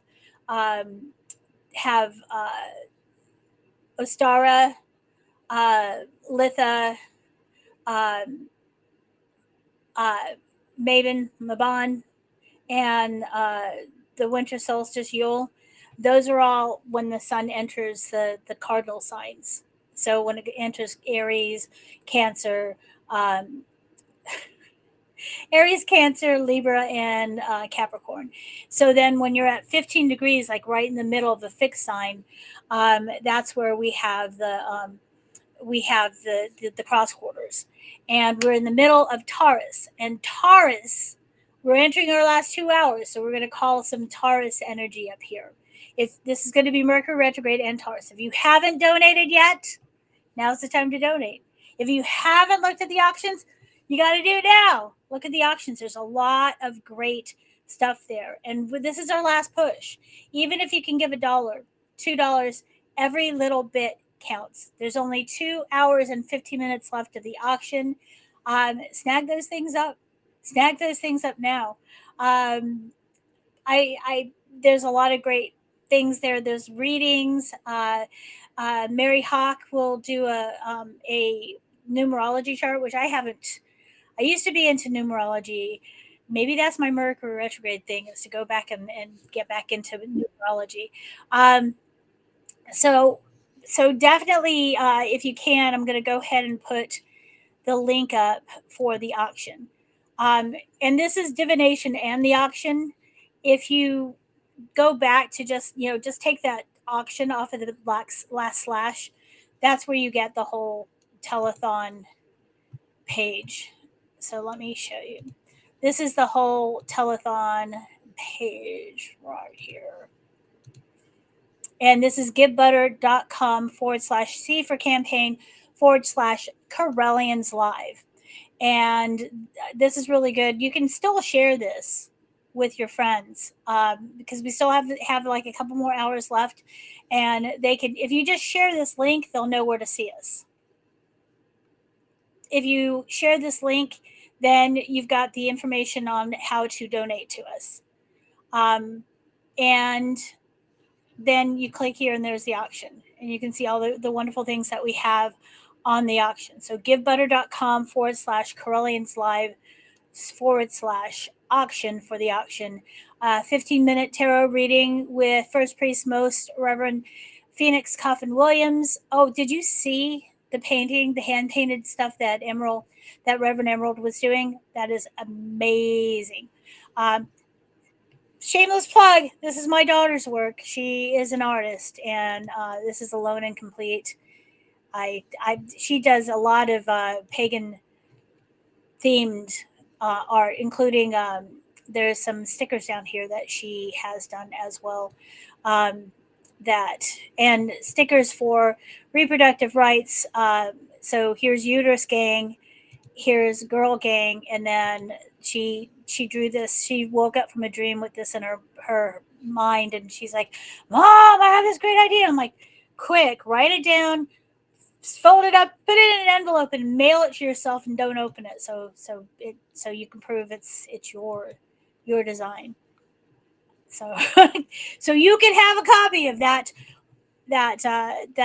design. And there's wonderful jewelry, amethyst bead and copper spider web bracelet, beaded flowers. A lot of work goes into these. This is a steal. And then we have the different readings with different people here, different psychics, tarot. We said numerology, so you can book a reading. I just keep looking at this chainmail pentacle wall hanging. That is so cool. We have some really good books too. Here's a good book of shadows for beginners. It's still up there, and this is the end. This is when we push all the stuff. This is where you get the auction stuff. This is where you find what's in there. And Fuzzy Friends by Sir Mike Nelson. That's so cute. And this is all handmade, so it's made with that energy that you put into it. I'm not going to tell you what I'm bidding on, because I want to kind of keep it. But if you want to get into a bidding war with me, I will tell you that there's a hint on this page of what I might be bidding on. If you kind of look at this page and you kind of look behind me, you kind of know what my tastes are, and you might figure out what I'm bidding on. It's okay if you bid against me. It's okay, because the money is for a good cause. We're trying to go to Parliament. We're trying to go to Parliament of the world's religions, because it is so important. If you've been here for during the interview that we did with Selena, it is very important for us to be there and represent pagans. I want to thank Jim. Jim just gave some money. He gave some butter. Jim, thank you so much. Thank you so much for donating. Donating to the Correllians. We are so close. We are so close to 2,000. So close to 2,000. The dream was 10,000. So we'll just have to go back to the drawing board and do that Mercury thing. see if there's other ways that we can earn that money. But this was the big thing. We've been working on this. A lot of people have been working on the background for a long time to make this happen. So let me go ahead and give the display. Jim, thank you so much. Here's some other people who've donated. Well, it's not letting me scroll. So Jim has been the latest person donating, so close to the 2,000 mark here, and this is not counting in the stuff from the auction. So please, Dan, to give so we can go to the Parliament, because like I said, it's so important for us to have representation as pagans in the Parliament. But I didn't get a chance. I was going to show you this. Let me go ahead and go back to here, because I'm kind of feeling a little bit.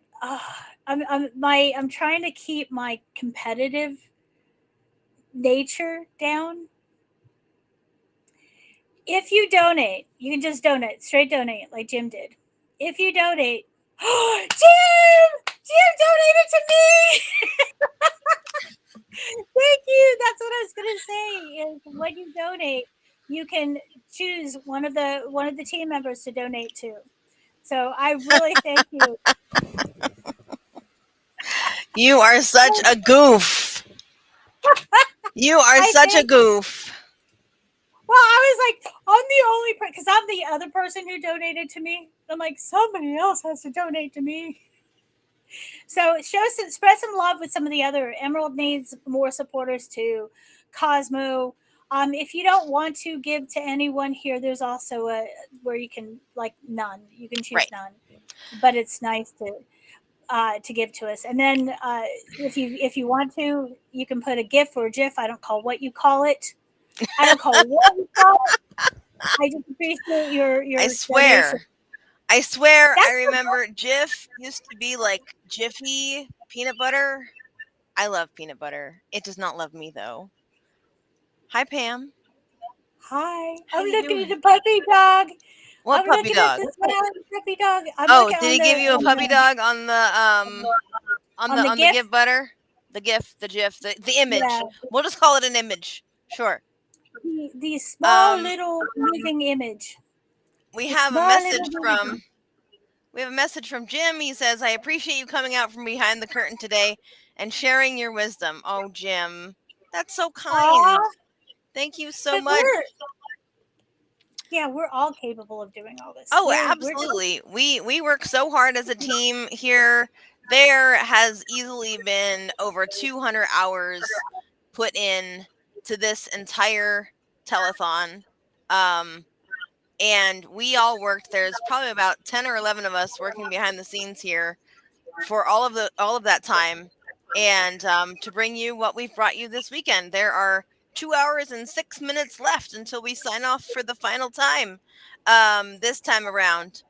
And can we add some more time? Can we add some more time? Put some more time.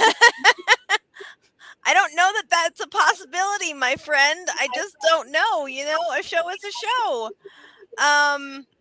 I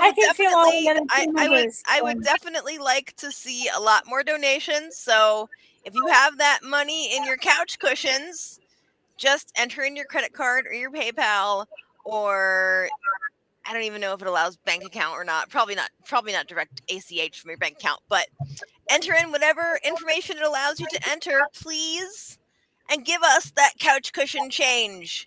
Increments of $1 or more. And Jim, I really appreciate it when people show their appreciation by giving. And I want to emphasize that in this last 2 hours. I would love to break the $2,500 mark. We are currently sitting pretty at live.givebutter.com. Where did it go? I've got it at, Dana! Thank you, Dana. Thank you so much. We are sitting at $1,918. Thank you so much, Dana. You are so kind. There it is. Thank you, Brian, in my background here. Yes, we are not working alone in this telethon. In the back end, we have some drivers and some people moving stuff around for us at all times. It is very rare to have somebody just working the room solo. It's very difficult. It's a lot more difficult than it would seem, let's just say. So you can actually scan that QR code right there, and you can totally just use your phone to do it. Just open up your camera, just like Pam is demonstrating. You hold it up to your screen. It'll pop up a little box with a little URL, and you just tap that with your finger, and then away you go. You just enter in your information. You don't have to share your real name with us if you don't want to. I've done it a couple times. I've just put in, donate to us right now, $1, blah, blah, blah. And then you have to enter in your card information, which does require your real name. But it takes literally 30 seconds. I demonstrated this earlier today. And if you have your card information saved on your phone, it takes 30 seconds or less. And Kai says that she ran the room solo. Well, then, Kai, you are just a superhuman among us, okay? But yeah, this is your last chance, folks, for this time around. Please give us what you got. Okay? Yes. What did you say, dear? I got something to say about the running the room solo. I used to be a radio disc jockey, and I used to, whenever I'd start talking to myself, people are like, you're talking to yourself. And I'm like, I get paid to talk to myself. That's what I do. All right. So it is. We are creeping. Go ahead. I was going to say, if you use the QR code, don't turn the camera around. Oh yeah, that's funny. Yeah, so we're creeping to the top of the hour, which means we're gonna run another donation break.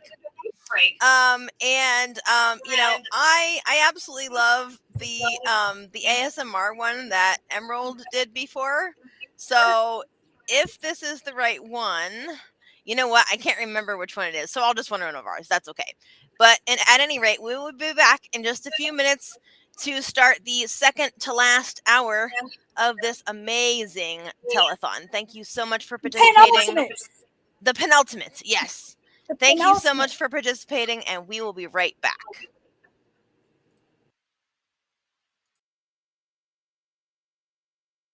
You're watching the 2023 Correllians Live Telethon. The team here would like to thank you for all of your support in assisting us in bringing a contingent of paladins to the Parliament of the World's Religions in Chicago, Illinois, August of this year. We are trying to raise $10,000 to assist with the basic needs of housing, food, and travel expenses. Here are some words from the members of the event team on why it is important that we reach that goal. Hello, I'm Right Reverend Sir Elizabeth, Program Director of the 2023 Correllians Live Telethon. Thank you so much for tuning in to our weekend-long event as we raise $10,000 to bring a contingent of paladins to the Parliament of the World's Religions coming up in August. We need to house and feed about 20 of us over in Chicago for 7 days. And to do that, we're going to need at least 10 grand. So here's our ask. Go to Correllians.live/donate and make us a monetary donation to our cause. Every dollar helps. We also have psychic readers and an auction you can participate in too. If you can't make a monetary donation, then do us another very big favor and share the event with your friends over social media. You can find us on the Pagan World TV app on Roku, Correllians Live and Magic TV via YouTube, and Correllians.live via any web browser. Thank you so much for your help and enjoy the show. Hello, everybody. I am Reverend Sir Richard Donahue, also known as Cloud the Pagan Rapper, and I am a member of the Order of Paladins. Now, to help us send a contingent to the Parliament of World's Religions, to me, means one thing. Community. It's the idea of coming together with multiple faiths for common goals. And it is paramount for the pagan community to have a seat at that table. And I, for one, am very, very proud that we are afforded this opportunity to do so. But to do that, we do need your help. We're trying to raise $10,000 so that we can feed and house the contingency of paladins that will be going to the Parliament. And it's through your help that we're going to be able to get there and represent the community in the best possible way that we can. So please, smash that donate button, all right? Smash that donate button. You can go to Correllians.live to donate. And I want to thank you guys for taking part in the telethon, okay? Check out our auction. Get yourself a reading from Divinationality. Do all of the things that we have provided for you throughout these 3 days, and let us come together in community and achieve our goal and allow us paladins to go and represent us at Parliament. Thank you very much. May you all blessed be. One of the best things about Parliament is one of the best things that we need in our society, which is unity, compassion, and fellowship, which is something I'm extremely looking forward to. And I hope that this will be inspiration for the future and helping us to be more as one in a community. So join us. Continue to join us. Thank you for sharing and liking our posts. And please continue to sponsor us. At the Parliament of World Religions in 2023, I'm personally looking forward to broad exposure and deep engagement with various wisdom traditions from around the world, particularly as regards pressing issues from today and future goals for our human journey. I expect that I'll be able to incorporate much of the learning back into my own personal path, as well as share tangible insights back into the metaphysical and spiritual community that I work within. From all of us here at the 2023 Correllians Live Telethon, we want to thank you again for your support. Please be sure to check out Divination Alley and get yourself a reading. Or check out our online auction that is overflowing with wonderful craft items, books, and services for sale. Remember, our goal is to raise $10,000, so please help us spread the word about the event, our cause, and be sure to stay tuned for more. So thank you all again, and may you all blessed be. Enjoy the telethon.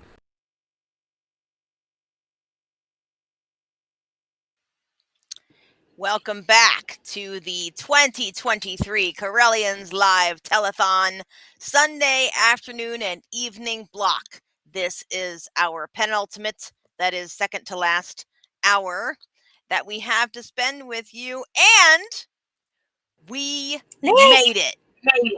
We made it, guys. Let me bring everybody in. Let's all just pile in. Turn your cameras on. Let's join in the show. Let's do this. Oh my God. We are over the $2,000 mark. I'm really happy right now. Thank you to that anonymous donor who gave us, put in the clutch there and bumped us over that hump. Man, oh man. What a day. What a weekend, y'all. How do we feel besides exhausted?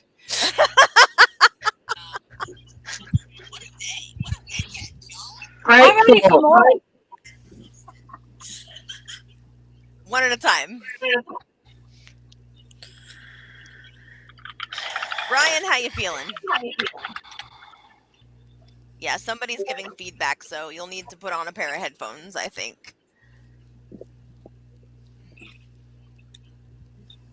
I feel like we need to do more, right? We should do another 6 hours. You know what? You know what, Pam? If you want to lead that charge and build that team, I wish you all the best.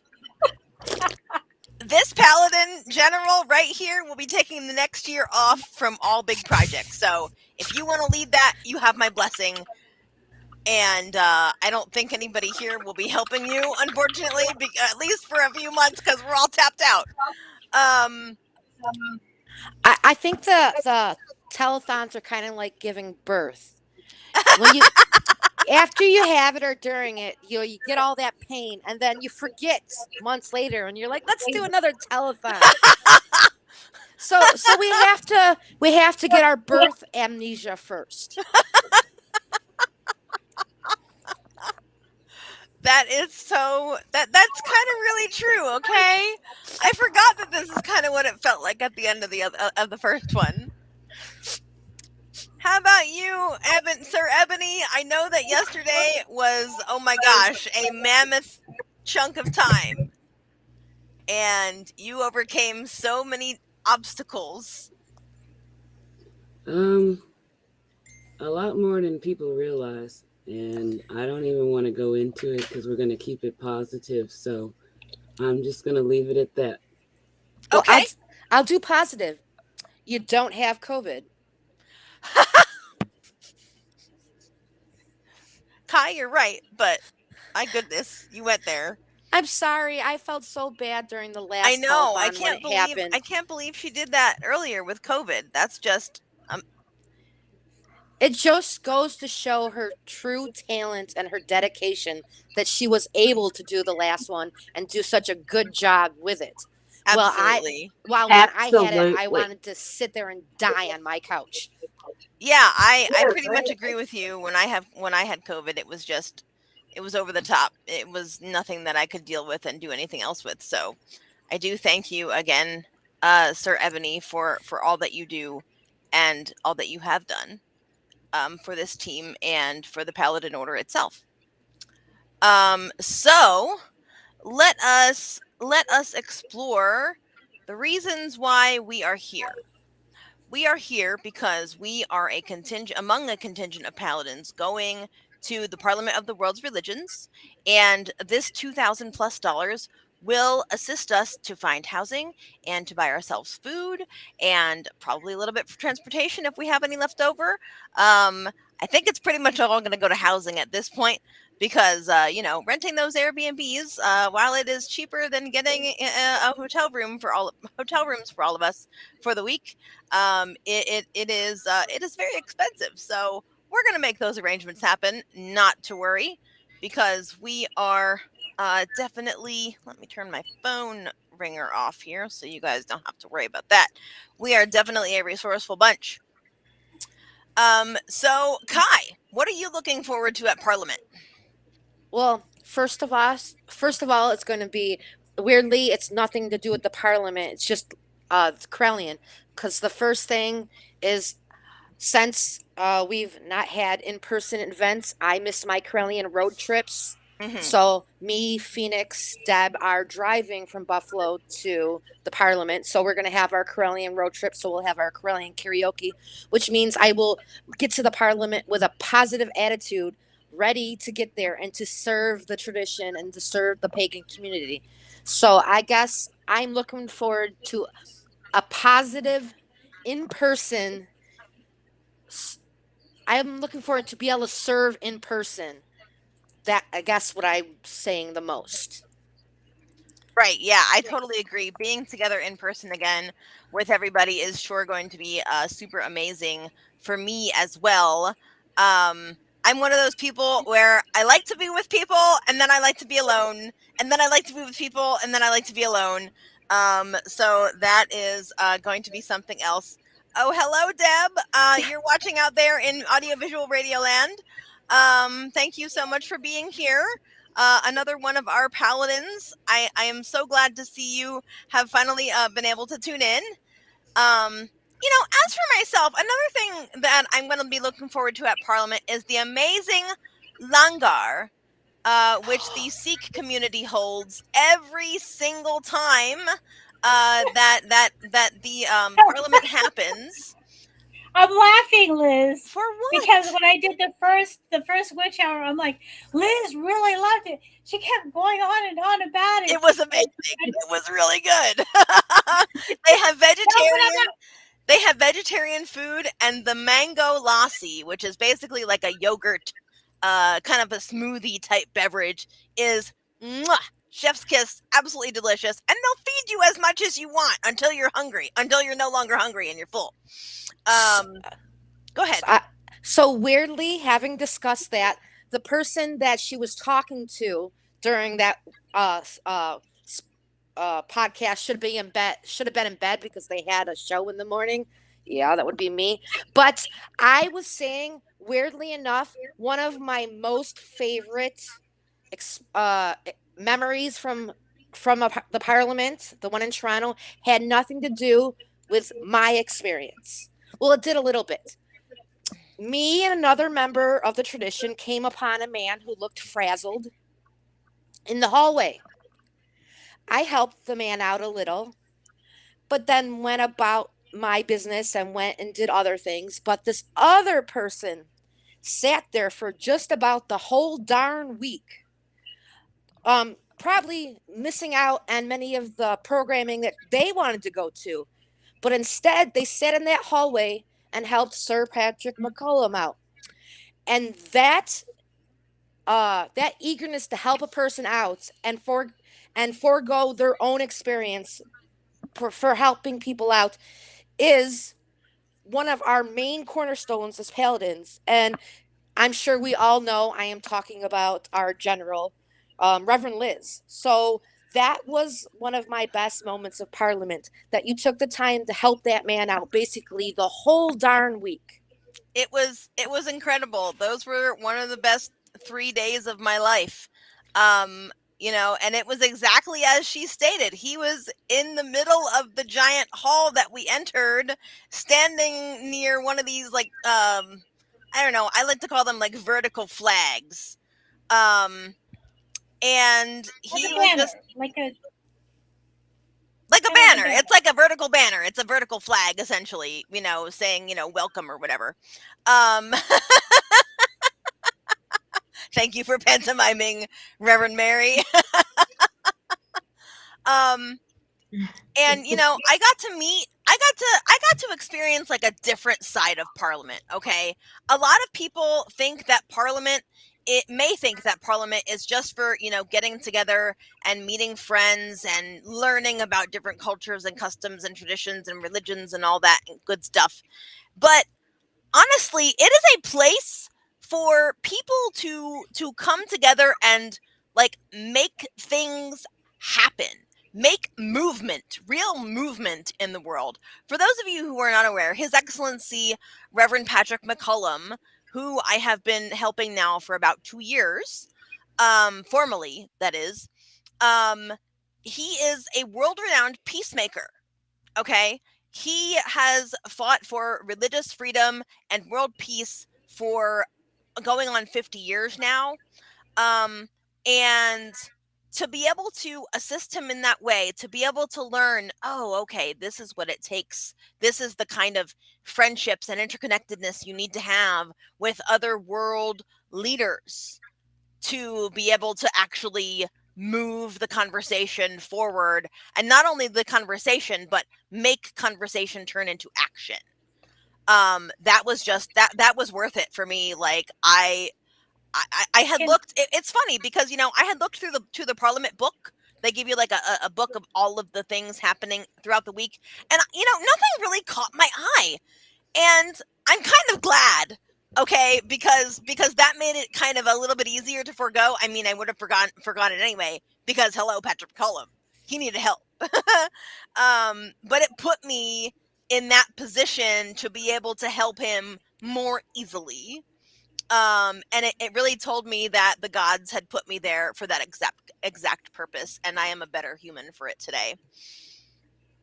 I have to say something about the work that Patrick McCollum has done, and far better than I do. But he has been. I remember you. I think you probably were part of getting him on one of the podcasts that we did back.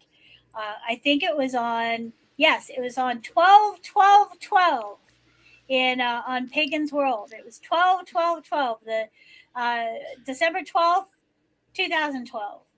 So it's a memorable day, and we got as a guest Patrick McCollum, and the next morning I got a text message from the person who was the manager then, saying that there was like thousands. I can't remember how many thousands of people listened to that one around the world, because he is so well regarded around the world. Absolutely. I do not remember exactly if I was the person to help get him into that, because I mean 12-12-12 was a 11 years ago, too many years ago. But yeah, so that was really cool. I don't remember that episode offhand, but Kudu started. We had Kudu as the music because I did the Pagan Music Project. Okay. Kudu, which is bagpipes and percussion and guys in leather kilts. A little bit. I kind of blasted out my eardrums there. Okay. So Ebony, what are you looking forward to the most at Parliament? And then we'll pop over to Sir Mary. Well, I don't know anything about Parliament, so I'm just looking forward to finally understanding what the hell you all been talking about all this time. Because I'm like, I don't know where this is. Where is that? And it's like, it seems so exciting. So like, I'm excited to finally be able to understand some of that. Absolutely, absolutely. Reverend Sir Mary, have you ever been to Parliament before? I can't remember. I have never been to Parliament before, Mhm. so So we'll have I a couple am- of people for whom it's brand new.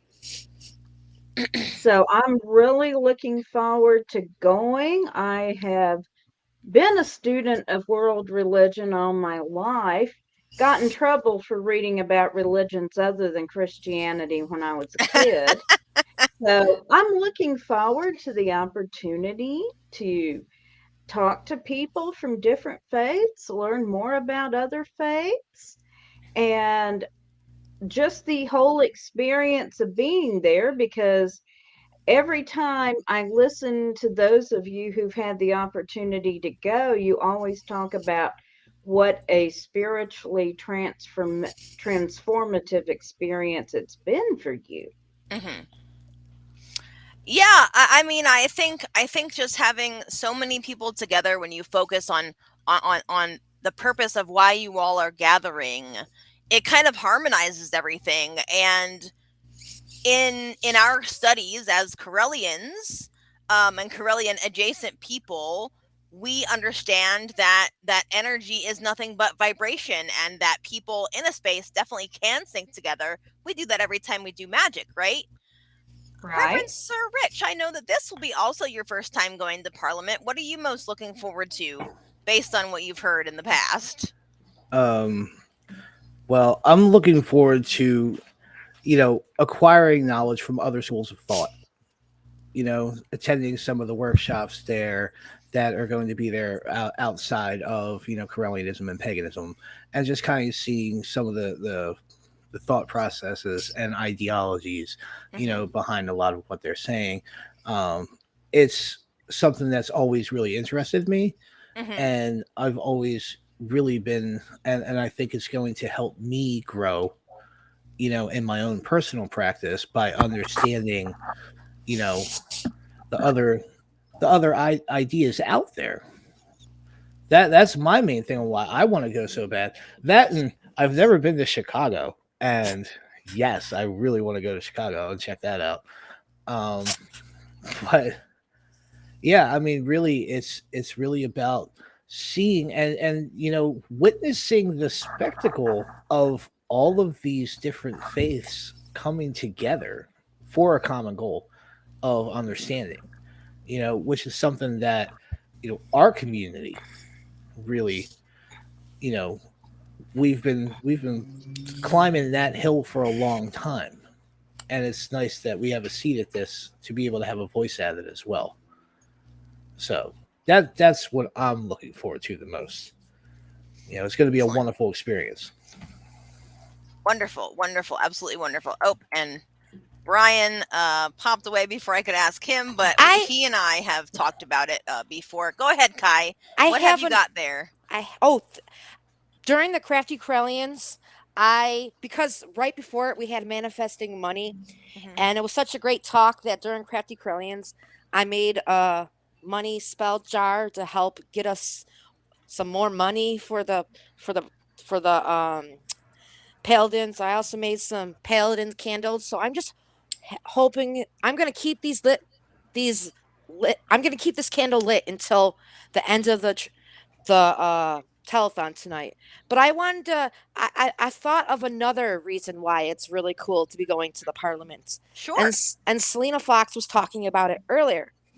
I'm really looking forward to the parade, where we'll have as many Correllians as we can, and as many in that parade to represent the tradition, to say, hey, we are witches, we are pagan, we are Correllian, we are proud, we are here, and we want to defend our freedoms and our rights. Absolutely, absolutely. Very well said. Thank you so much for that, Kai. And yes, as Cloud was just echoing, a giant heart to you for that statement. So if all of you watching could help us get some lodging while we're there, I would be super glad for that. We are currently at the 2043 mark. Woo woo! Our anonymous donor up there giving us $100 to push us over that last little cliff there. Not the last one, but one of the ones, getting us to that $2,000 mark. If you would so kindly donate at givebutter.com/c/Correllians You can also use your phone to scan that QR code and do it the really fast way. You won't even need to put in that much information if you have it saved already in your phone. So let's see here. Let's talk for just a little bit, because I do have to go and get ready for the last hour with Chancellor Steph, and I will be having a nice discussion together. Let's see here. What else would we like to see ourselves doing in the future as paladins besides the Parliament? I got one. Go ahead. We all know right now in our economy, with inflation and everything else, one thing's that it's hard to not be able to afford the luxuries, the Xboxes and the PlayStation 5s, and everyone wants them. But they're luxuries, and at the end of the day, if you can't afford it, you can't afford it. But everybody should have access to food. Yes. Yes. Food is getting to be so expensive that people are going without. So I would love to see little food pantries, or even a big community food pantry. I'd like to see some way that we can go out there and we can feed some people, because yes, most of us are struggling, but some of us are not. And we have the ability to get out there and help people eat, because everyone has to eat, and no one should be hungry. That's like a basic human right, the right to live. Byron was talking about that with you, Lady Liz. Yes. With you, General Liz. Yes, she was saying that, even though we don't have to have, like, I'm not Correllian, but I'm here, part of this, and I am a paladin. We need to put aside the, I'm a Gardnerian or whatever, and we need to focus as a community on how we can do things. And Jim says he loves to help others plant gardens. That's what we're good at. Go ahead and find ways that you can help out. To be honest, that's part of why I really helped try to get a community where I lived in Texas, because they're very, very Baptist there. And when you move there, they're like, "Where's your church family?" And all over the place.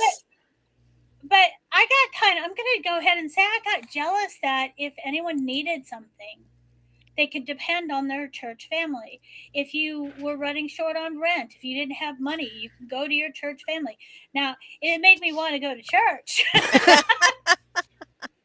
But it made me want to do that with our community, right? So we can be that for each other. Yeah, so definitely one of the things that that Byron and I, and even Belladonna Laveau and I, who I had on yesterday too, are going to be doing is discussing community activism like that to help the underserved and to help those in need in our local communities. So, I'm local to Pennsylvania. I have Rich right across the river, essentially, right? Yep. And, maybe we could do something like nearer to Philly. I mean, I live 60 miles north of Philly, but it's something that is repeatable. Creating community food pantries, food banks is not, I wouldn't say easy, but one of the more easy methods to be of service to the community. And the emphasis really also was on contributing whatever food you grow or have in that, to the local food bank. Because they're already set up for success. So getting in good with your local established resource areas is definitely something that we could do as paladins. Oh yeah, peanut butter and jam. Let's put this up on the screen. Sir Brian mentioned this to me when we were having our weekend for illustration in New York City. Yes, I do remember this now. Thank you for the reminder. Basically, like a peanut butter and jam or jelly drive. to feed whoever needs a sandwich or wants a sandwich. And we could always have like a little donation jar out there to cover whatever expenses that we might have. Pam, you had your hand up. I was just waiting my turn. Yeah, go ahead. For once. I was pretty much nearing the end with that thought. Sure. Well, food is important, but we've got to anyone who's had to depend on SNAP benefits, formerly known as food stamps. The anyone who's had to depend on that knows you don't get money for light bulbs, you don't get money for toilet paper, and you definitely don't get money for underwear. And I've helped. I remember a guy that was sitting on the side of the road asking for money, and I walked up to him I drove up to him and I said, "So what do you need other than food? What do you need?" And he's like, "I could use underwear." And I've heard this before. Mm-hmm. I could use socks and underwear. And I said, "Okay, I got an errand to run. Meet me at a dollar store down the way, and I will." And I did. I bought him. So I drove up to him again about a week ago, and I said, "Hey, Donnie, right?" And he's like, "Yeah." And I said, "I bought you underwear one time." He says, "I'm probably still wearing them." Oh man, that's great. Yeah, Kai, you were gonna say something, and then Mary. Piggybacking off Pam, the other thing that I would like to see, and it's not even that hard, and I can tell you that I'll give you a little story real quick. So one day we just went grocery shopping. Spent all the money we had. We didn't even have a quarter left in the car, but we had a load full of groceries in the trunk. Mm-hmm. And it's January in Buffalo. It's 3.5 feet of snow on the ground. A guy's holding a sign, hungry, homeless. And we don't have any money, but we pulled over our car and we opened our trunk and we started, going through our groceries. What can we give this man? And he was very appreciative. So and it doesn't even have to be food, but I would like to see blessing bags type thing where we give them out to the community, because unfortunately we have about 500,000 people that are homeless in this country. Mm-hmm. That a simple bag filled with some bottled water, some first aid supplies, things that wouldn't cost us that much to put together, would make their day and make their life a little bit easier. And it falls in with our donate. I'm not trying to be at the same time, I'm going to plug this telethon a little bit. We've been asking for a long time. We've been getting these $100 and these 25, but we would be happy with a $1 donation. You do not have to give us a lot of money, even if you can only do $1 or $2, which is your average cup of coffee. So we're just asking, if possible, could you not have a cup of coffee tomorrow morning from Starbucks? Make a pot at home before you go and donate those couple dollars to the Correllian's Live Telethon by scanning that little QR code. Yeah. Thank you so much for that, Kai. I want to go to Kai's Starbucks. Right. I want to go. Well, she said the average cup of coffee. She was just saying Starbucks has a common suggestion. Obviously, everybody knows that a cup of coffee at Starbucks is going to run you more like $5. Okay, but so let's bring up some drink coffee. Obviously, dear. Let's bring up some of the comments from Sir Brian. He's out there in the chat. And he stated earlier, a little bit ago, that the organization that he works with is looking for groups to do food services at dinner for LGBTQ plus elders. Looking at you over there, Cloud. What do you think, man? You want to get together and maybe make that happen in collaboration with Sir Brian? I mean, it's possible.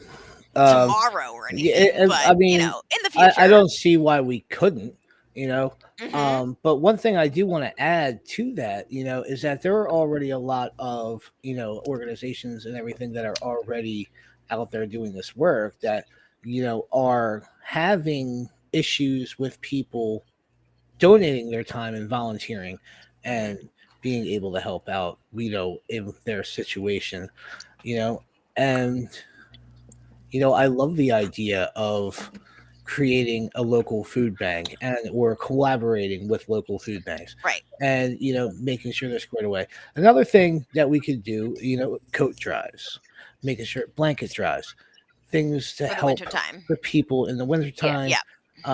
That's something that I am kind of cooking up, with Nine Muses around my way. And I And also like the idea of like self-care and hygiene kits, and this bounces back to what Pam was saying, right? Yep. Go ahead, Mary. I'm so sorry, honey. I keep like you just kind of blend in. I'm so sorry. Go for it. What do you have an Okay. idea for? Couple of things. Okay. Number one, and having lived with food stamps for a while, I'm going to throw out, you don't get feminine hygiene products. Mm-mm. So that is another item to consider, helping people get, and possibly even talking to food banks about, could we provide hygiene products? That's The a other great thing, idea. so, and they may not wish to distribute them, but that's something to ask local food banks is, could we donate hygiene products? Another thing is, I was just going to mention with Nashville Pagan Pride Day, we have a good relationship with Second Harvest Food Bank here, and it is easy to run a food drive when you are holding any kind of an open event. Just ask people to bring a couple of cans of food. If you're running an open ritual, having just a small kind of festival, whatever. But it's very easy to ask people to bring donations. And if you get in the habit of doing it, anytime you run an event, people will just get in the habit of bringing it. Yep. Exactly. So I'm going to turn over this moderation to the Reverend Sir Barry, I believe it was, who would like to continue this positive discussion. And before I go, Jim says that he thinks that Byron would be a great resource for ideas, as she has food drives with her Mother Grove Temple. And with that, I will leave it to you all. Go ahead, Kai, and I will take my leave to get ready with our Chancellor Stephanie. Okay, so we'll see you soon. I just thought of something. Many years ago, when I was a teenager, I was a Girl Scout. I went to Girl Scouts all the way to the end and got the Girl Scout Gold Award. And my Gold Award project was, so I lived in an area that economically was far below the poverty level. And adults understand not having money, but the little kids, it's hard on them. So what I did is I made a project where I got together 1,000 boxes of the cake mix, pre-made cake mix, and 1,000 things of frosting, 1,000 packs of birthday candles, then a little stuffed animal, kind of like what you get at the Dollar Tree now. And we had like shoe boxes, and we donated them to a local food bank. That when, every time a family signs up at the food bank, it lists, you, as part of the intake process, it's, like name, the birthdays, stuff like that, that brings intake. So when there was a birthday month where a child had a birthday, they got this birthday box that, so no matter their situation, that family had the ability to give their child a birthday cake. That's awesome. That is awesome. I love that. Not an anxiety cake, though. That's cute. That's cute. Well, Rich Cloud had this amazing poem that he did, but we're not going to do it now. You're going to have to go back, and the wonderful thing about this is people can go back and watch what they missed. So go back and watch it. But you can't donate in reverse. We got to donate now. So we've made it over the 2,000 mark with donations. We're having a really good chat here, but I'm going to go ahead and put the donate link up for a little bit. Yes, put the donate link up, and let's not forget the auction, folks. We still have wonderful things you can get at the auction, and Jim is saying we need grant writers. Anybody versed in grant writing? I am not. I've learned other things because of need. I guess I can get some books. Yeah, I was going to say, I guess we can learn. I'm just thinking, do we have anyone? Sir Brian says he can do grant writing. All right. I was about to say, I wonder if Reverend Phoenix has ever done grant writing in his line of work. I could use some help in learning how to do that, because I'm doing one of the other things that we could do, though it's good to do the food and the clothing and such, but I've got to go back into the political thing, and it's going to overlap because Brian was putting in the chat too of ways to help the trans community, especially right now. They're under attack. Yeah.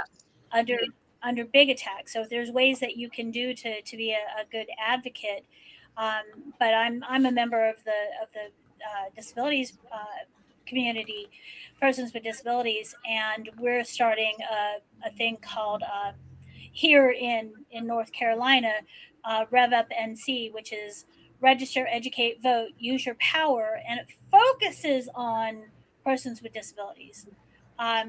But it's for all marginalized communities, because that's the one thing that we all have: billionaires, me, you, Christians, Muslims.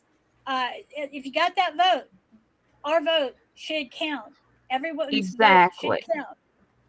So we got to make sure that we let people understand that if you don't like the way things are going, to be the change, you have to participate.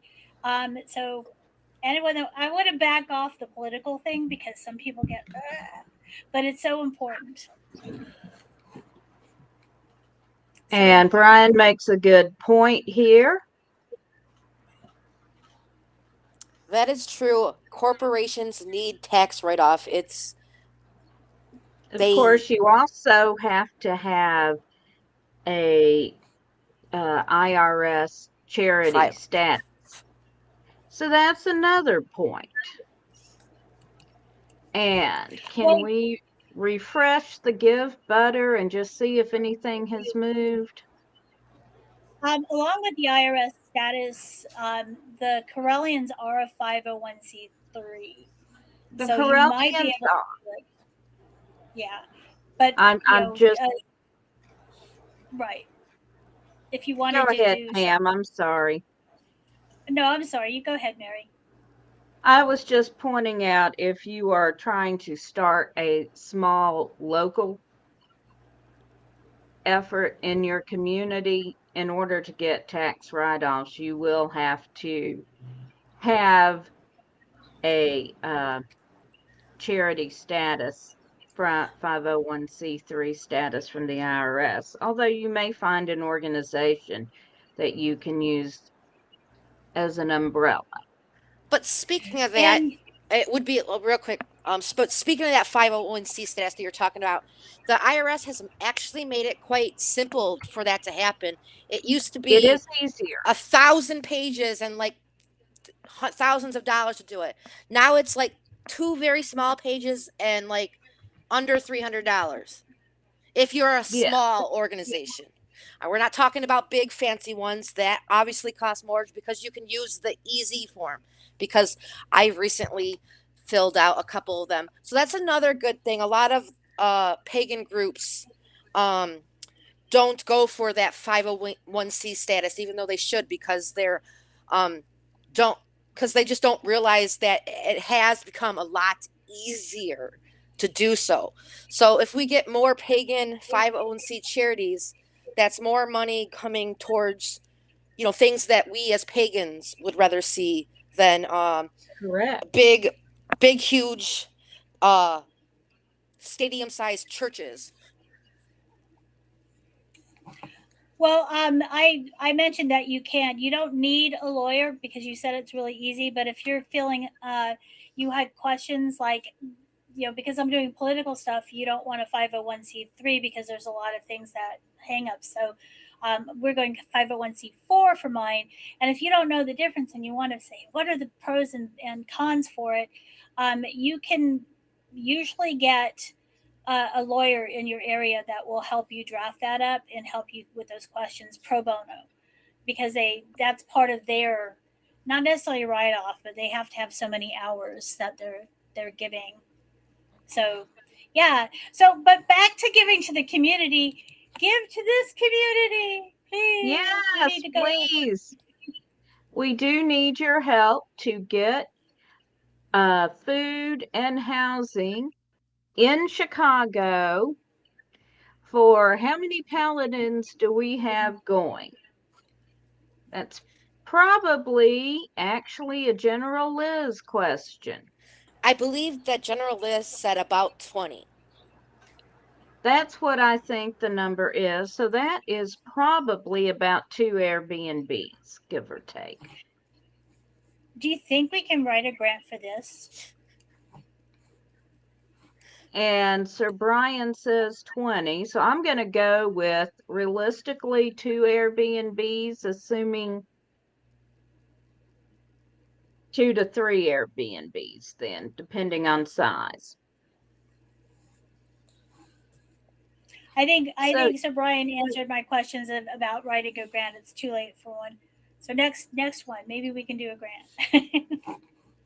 Right. Well, this one first. So we appreciate your donations. Also, please visit the auction. Could we take a look at the auction since you're driving? We have Go ahead. Do you want to bring up the auction for a minute? I'm getting there. Thank you. I have to do that too. So if you go to the... Oh, you got it? You can do it. I'm only a guest. Sorry. We're a team. It's the Correllians, the Give Butter. If you go to the main overview, it's up here at the top for you to switch to the auction side. So I hope everyone's seeing this. This is where you can donate and give us credit. But, it's really nice. I wanted to say thank you to Dina about how she liked the Selena Fox. But if you go over here, auction, lots of cool stuff. Lots of cool things, and we're running out of time. We only have 1 hour and 15 minutes to bid. Did you see these? We have got some cool stuff here. So let's get this up on the screen. Can you see it? Are you seeing it? We are now. Here is, I keep looking at this one, Mary. I keep looking at this one, the numerology chart. It's been a long time since I got into numerology. Well, it's right there. I usually charge $200 for a full chart, so it's a deal. Wow. And there's some nice jewelry, books. Here's the Sea Priestess with Stephanie. And Lady Stephanie will sign any of her books that you buy. How many of us started off with I didn't, but I know a lot of pagans, a lot of witches started off with the silver raven wolf to write a silver broomstick, or the teen witch. Mine was Scott Cunningham. I started with Scott. Well, I was doing stuff before Scott, but Scott helped me find the community, I guess, is the best way of putting it. But all that stuff is up right now, and you can get some good deals on things. We have... Let's see here. I'm back. Yes, it was very easy to get Lady Steph in the wings. Welcome back. Thank you. And yes, so we have 1 hour and 15 minutes left before the final bell toll rings.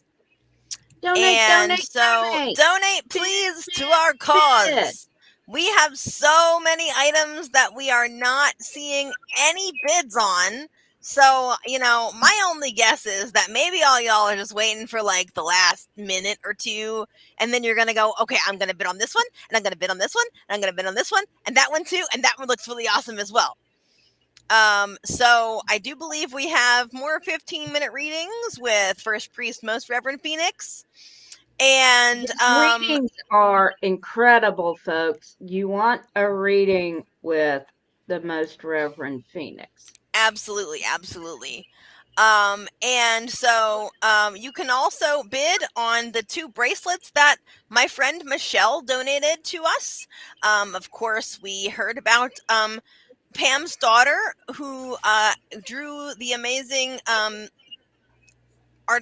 artistic trees holding together a pentacle, the title of which is Alone and Complete. And then, of course, we have all of our Divination Alley readers who still have divination items that are available. And the candles! Let us not forget the candles that are handmade by a friend of Sir Brian's. And she graciously allowed us to purchase them as she is moving overseas soon. And needed them to go to loving homes. So your home could be the place that they go if you so desire. And the only way to make that happen is to go to Correllians.live/auction and make your bid. Okay, so we have a question from Reverend Sir Ebony Nash. What is something that you think Paladins can improve upon as an order? Wow, what a great question. That is a great question. My goodness. Really I have several ways. One of which is to, I want to better organize the way we rank up people. And so that it is explicitly clear what you must do to earn your next rank. And that is something that I was going to bring up at the next all hands meeting, but why not? I'm pretty open. I'm pretty, easygoing like that. I don't mind talking about the hard things. So that's from me anyway. And I want to keep it really positive. So whatever you 3 answer, positive answers only. Please. Like I just did, right? Like, how do you think we can improve, Rich? Well, seeing as, I've been a paladin for I want to say a little over a year now. You've been a hot minute. Maybe a year and a half. I would say I feel that we could do better regarding organizing, not like the telethon, but other events, more locally sourced events. Absolutely. Within our own temples and our own circles and helping organize these things. I think that we could be better about doing that, doing more work locally. Absolutely. I agree. That's one of the things that I do. And, speaking to the promotion process within the, within that, I mean, yeah, draw it out, General. And how you draw it out is how it's going to be, and then we'll go with that. But absolutely. I really appreciate your candor there, Rich. And one of the things that I will be doing in the next little while, like not next week, I'm going to take a couple weeks off. I will be fair. I am tired. We all are. We know that. We're getting to the end here. We're almost there. And I'm so proud of every single person who has helped put this together, helped to be a host, helps our guests get in their places, help to run the back end, help to set up our Give Butter and our auction and all our videos and all this editing and recording and whatnot. I'm really proud of each and every one of you.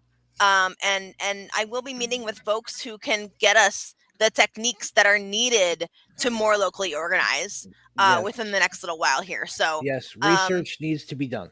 Oh, absolutely. And I mean, the research has already been done. I'm going to be meeting with leaders who have offered me this advice to kind of get our boots wet in a little bit of a more local fashion.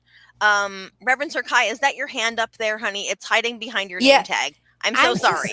I'm just gonna. I didn't know if you were like doing like I sometimes do. I sometimes like keep my hands like in front of me like this a little bit. This is actually like when I'm just standing around like I don't know, like in a mall or something, checking my phone, like one hand will be up here, Yep. and the other hand will be scrolling through my phone. I don't know, but anyway, go ahead, honey. I think you and Ebony set up this question, and you just want us to give us our ideas so you can volunteer us to do things. Well, So I'm going in to this knowing that full well that whatever I say, I might be the one doing. I just want to say that, but I noticed that we don't need the whole Paladin order to do something to be the Paladin thing. That Us is individuals do our own individual Paladin work. I would love to see, and it doesn't have to be monthly or maybe quarterly or yearly. I would love to see a Paladin newsletter that lets all of us Paladins get together, and in the newsletter we put what we're doing in the newsletter so we can motivate the rest of the Paladins to get out there and do stuff. Sir Kai, I voluntold myself. you voluntold yourself. I hope you are ready to live up to that task. I was. Missy. That's why my hand was like. That's why my hand was like this when I was saying it. It's not my first rodeo. Okay. Yes. Humana. Someone be your it. Quarterly newsletter.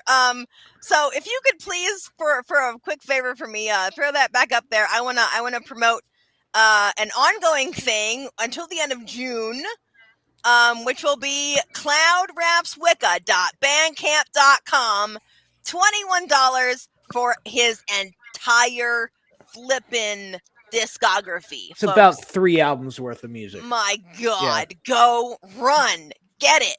He's gonna donate all of it to the Paladin Order through the end of June. So I'd like to actually update that, because since it was announced earlier today, we have had some movement on that side of please things. tell us. Yeah, I just want to bring it up. I mean, unfortunately, I don't have all of this right now to be able to throw into the pod, but we are already about, like $70. Amazing. Oh my God.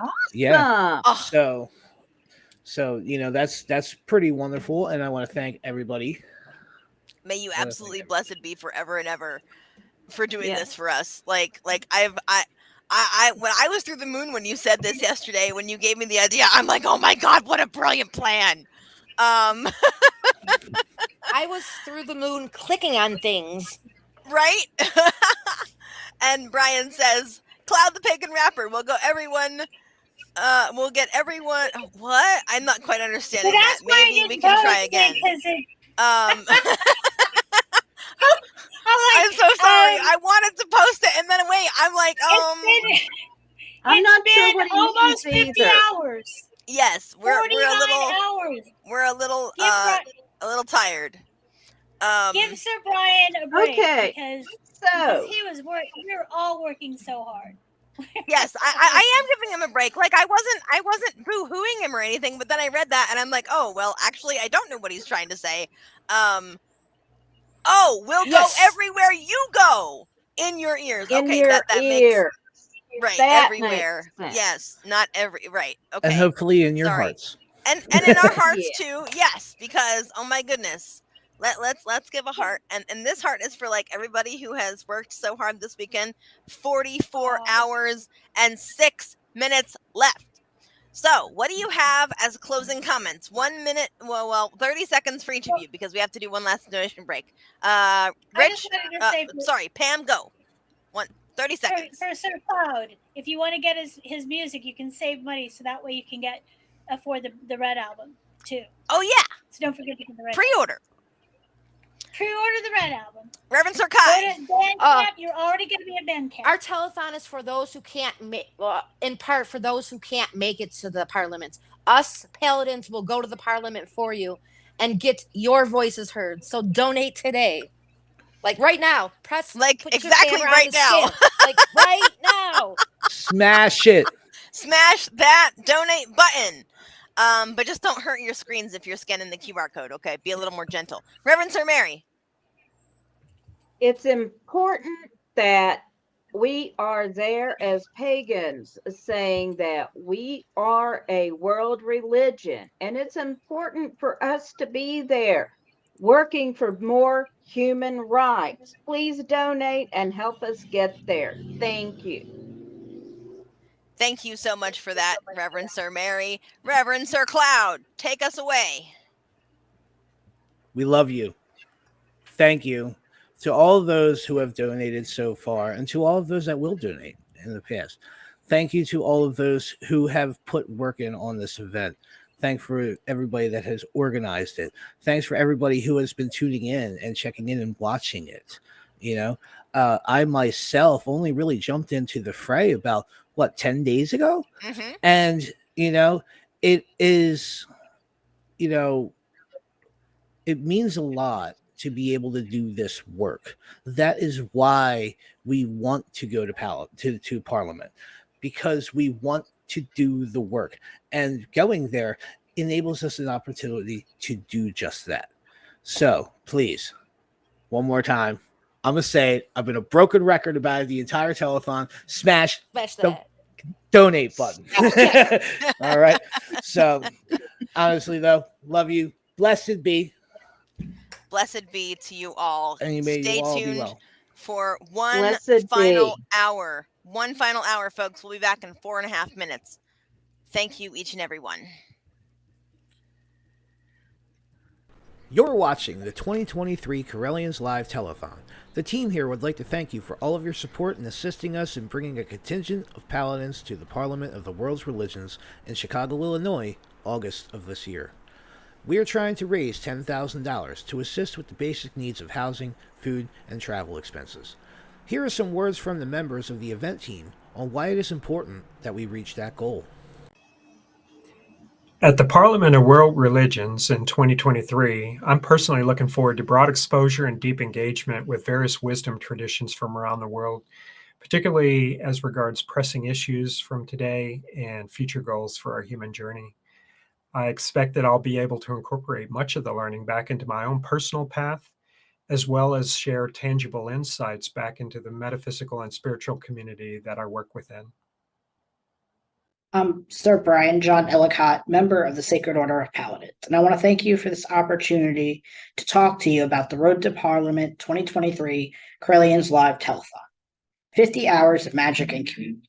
We are here to ask for your help as we send a contingent to Parliament of World Religions in Chicago, Illinois, this August in 2023.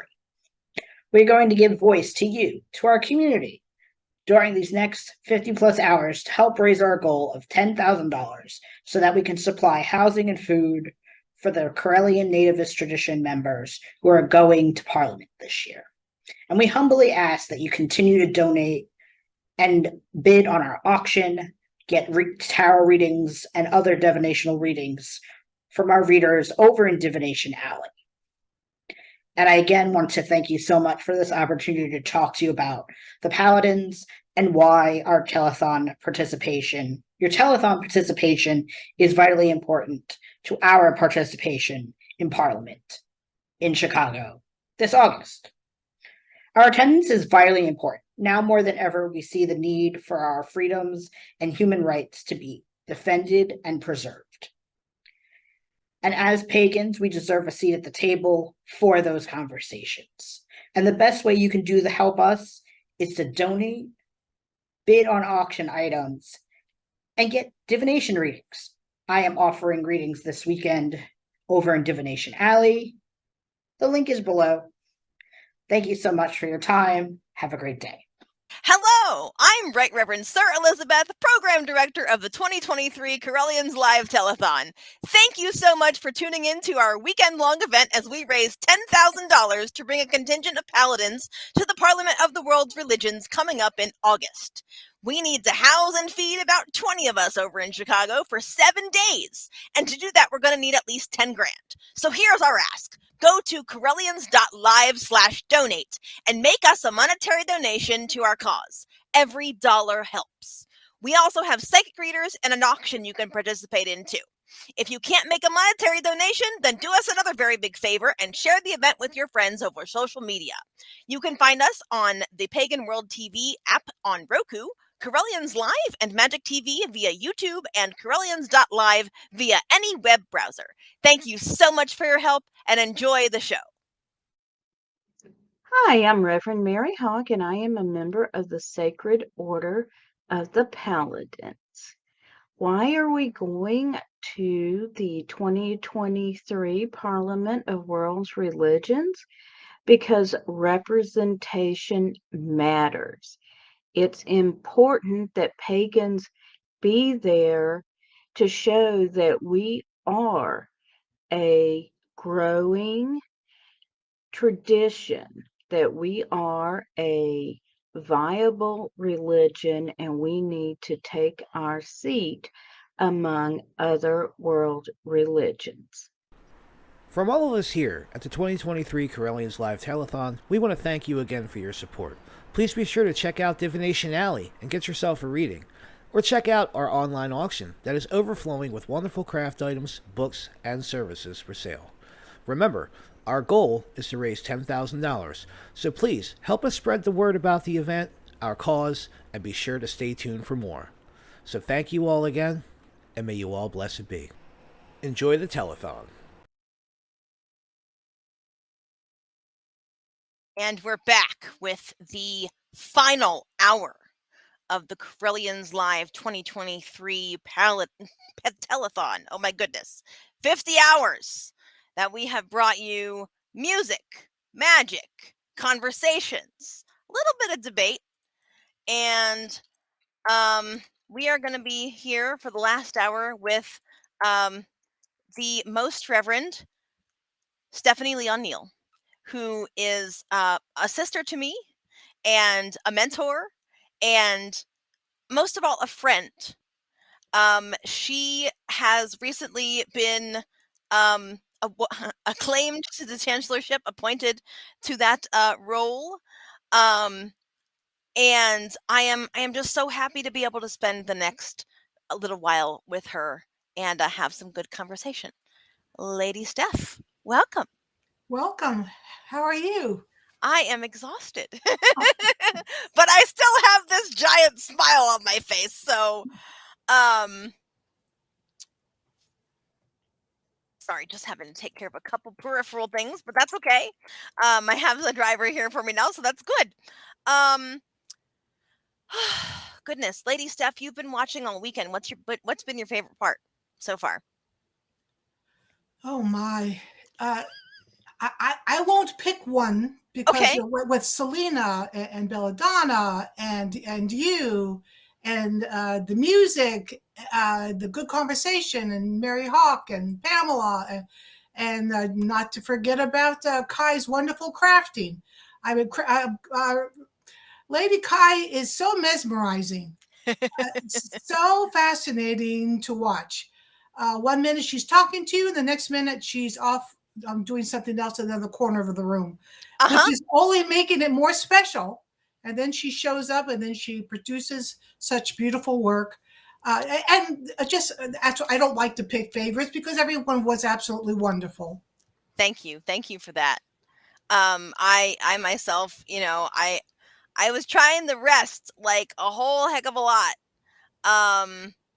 But we have Ebony who says, "Hi, Lady Steph. It's so good to see you." Thank you for that, Ebony. Hi, Hello Ebony. to everybody Lady out there in Ebony. Radio Land. Yes, Lady Ebony now. Yes. And I am thrilled to have had this opportunity to raise as much money as we could in this crazy month. Like, it's been an insane 3 weeks prior. Okay. We had the CNT auction to benefit the church.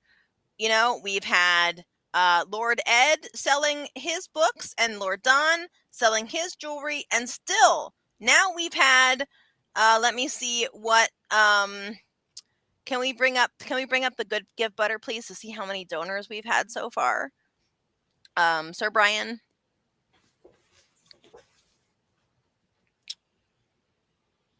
Let me see. There we go. Okay. We've had 58 people give us a total of $2,043. And that includes the following. It includes direct donations and buy it nows, which in the Buy It Nows also include the Divination Alley readings. And that is just, it warms my heart that even after all the rest of the things that have been going on, people had this much to give. And I'm so grateful from the bottom of my heart and soul, because this is really going to help the people, the contingent of paladins that I lead. I lead with Sir Jason by my side, you know? And this is all this man, stepping into these shoes. Let me tell you. I know that you know. It's not an easy thing to do, but it is a journey that, you know, I would only change a couple of things. And I won't go into what those are, because that's my business and not necessarily the rest of the world's. Maybe read a memoir later, like, you know, later on when I'm getting ready to pass from this earth onto the next plane. So, goodness, Lady Steph, what are you looking forward to doing at the Parliament? What are you looking forward to doing, to seeing, to experiencing? Oh, first of all, to be able to meet with other Correllians that I've known for almost 20 years, and then meeting people that I've only met through the net, to see them in person and be able to chat with them and get to know them a little bit better, because even though we do learn so much about each other through the net, but it's just different and more personable when you're hugging someone and talking to them face to face.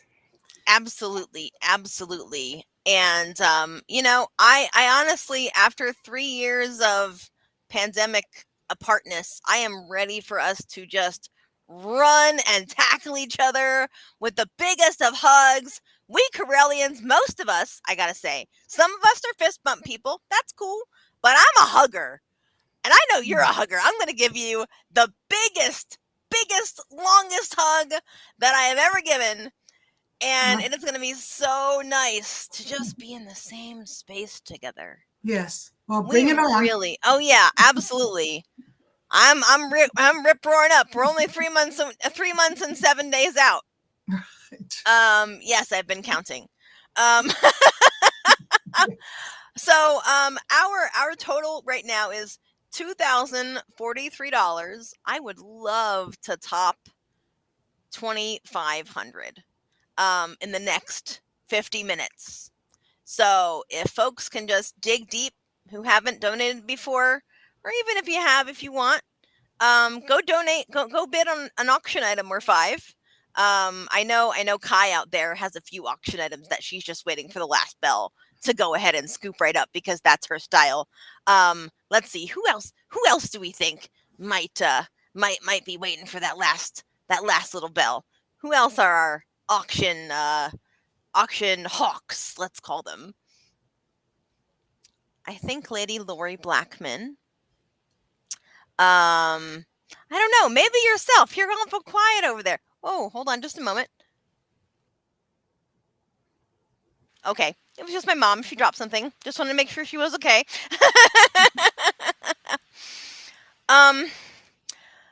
Let's see. Oh, oh, Jim. Oh, that warms my heart. He says, I think my bank statement will be full of CNT transactions this month, and I love it. I love that for you too. Thank you for being so generous. And Ebony says it was pretty crazy what we managed to do in the final hour of the last telethon. This right here, that's what I want. I want a kind of a repeat or better. And thank you so much for reminding me of that, Ebony. Lady Steph, what advice do you have for the Paladin Order going forward? From all that you've seen and, you know, all that we've managed to do, what do you think? Well, first of all, I like to let you know what I have observed. I have observed people that has a pure motives, in that they truly want to see a better world, and they recognize that teamwork and partnership, working with each other, respecting each other, and trusting in each other's process and personality. That you have already gone very far, but this order is going to go much farther than what you see today, simply because the people you have are energetic, creative, organized, all the right things, and non-judgmental, believing the best in everyone. And all those meld into a important way to move through and grow and order. Thank you so much. That means the world to me. And as a budding leader, like really like budding top leader among the creme de la creme, if we want to call it that, up there a ways. Okay, I've been around 20 years, but some days it doesn't necessarily feel like I know what I'm doing. So like I think something that I've managed to get really good at is like hearing people's ideas and kind of seeing if it can fit. Like if in some way it can be like, maybe like, squished together here, pulled apart here a little bit, and if it's going to go somewhere with whatever we're working on, right?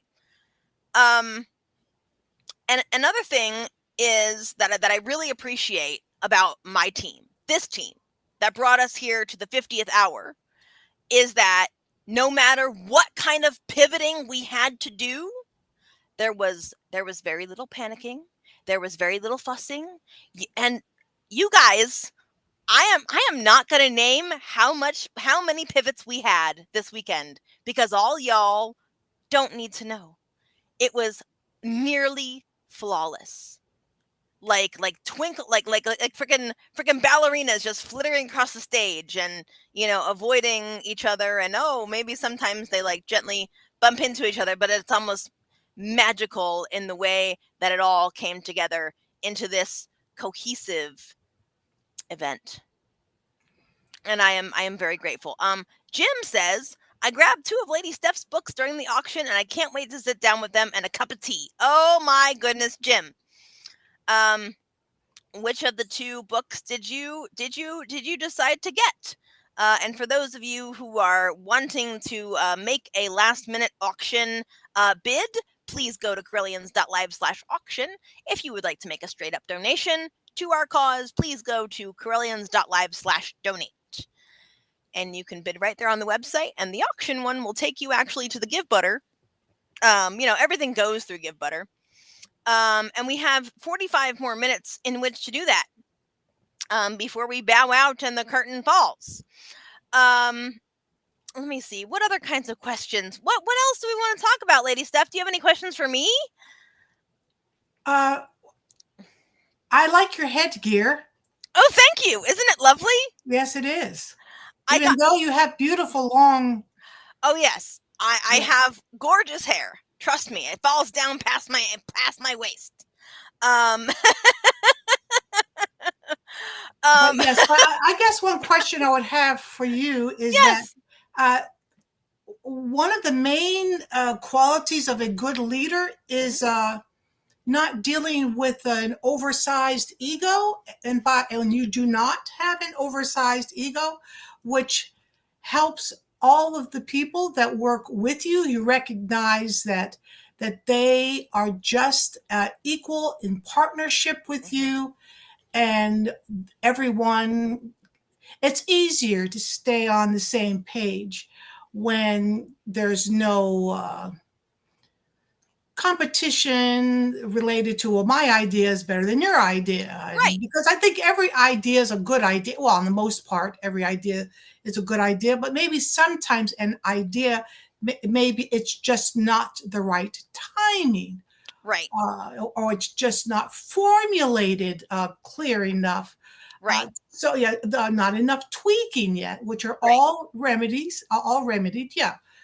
So, and then I also, when talking about giving money, I did want to say a few things about that, Yes, please. if I Of may. course.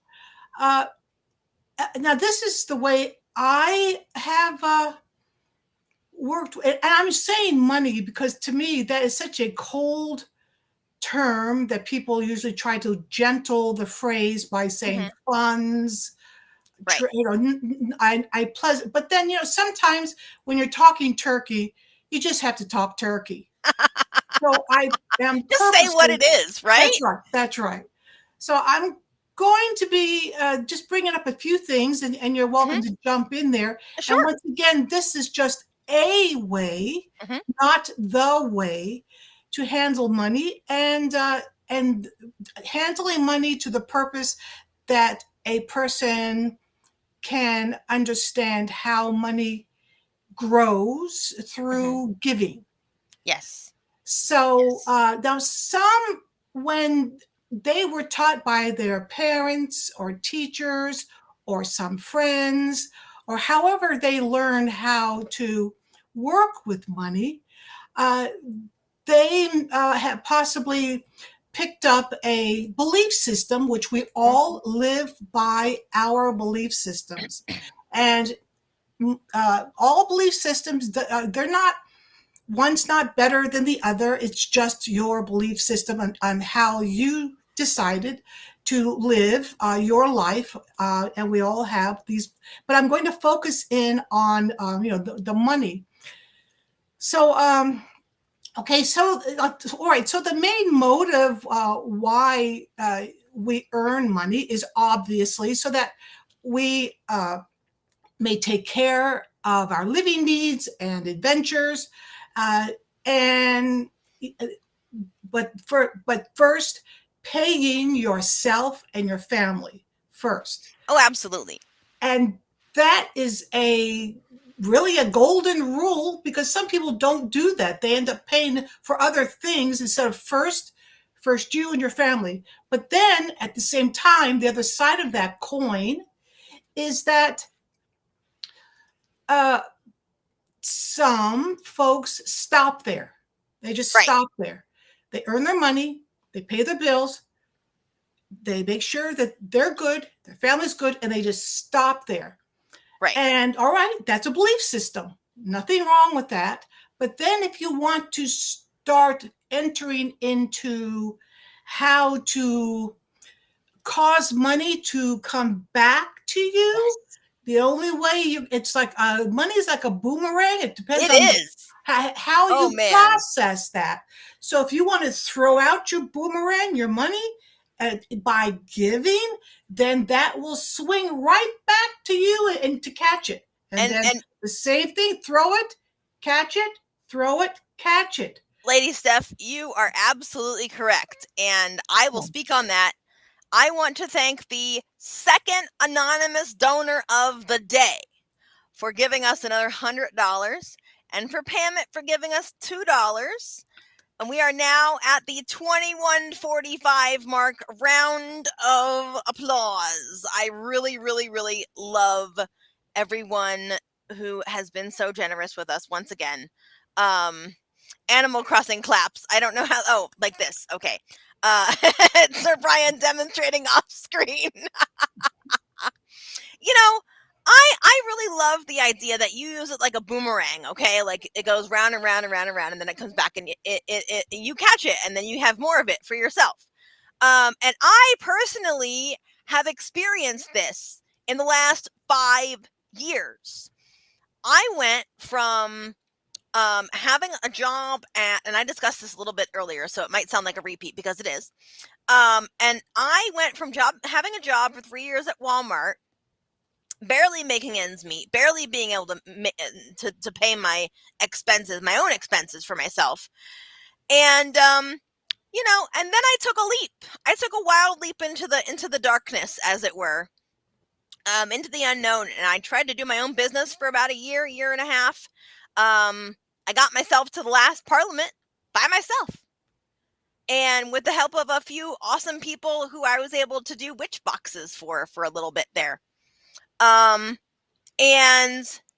And then my good friend Pam Kelly mentioned to me after I hit a dead end working for Amazon for a year, I just couldn't take it anymore. She said, Liz, get yourself to Robert Half, which is a temporary agency, and they got me into a really good job, the job that I still have today.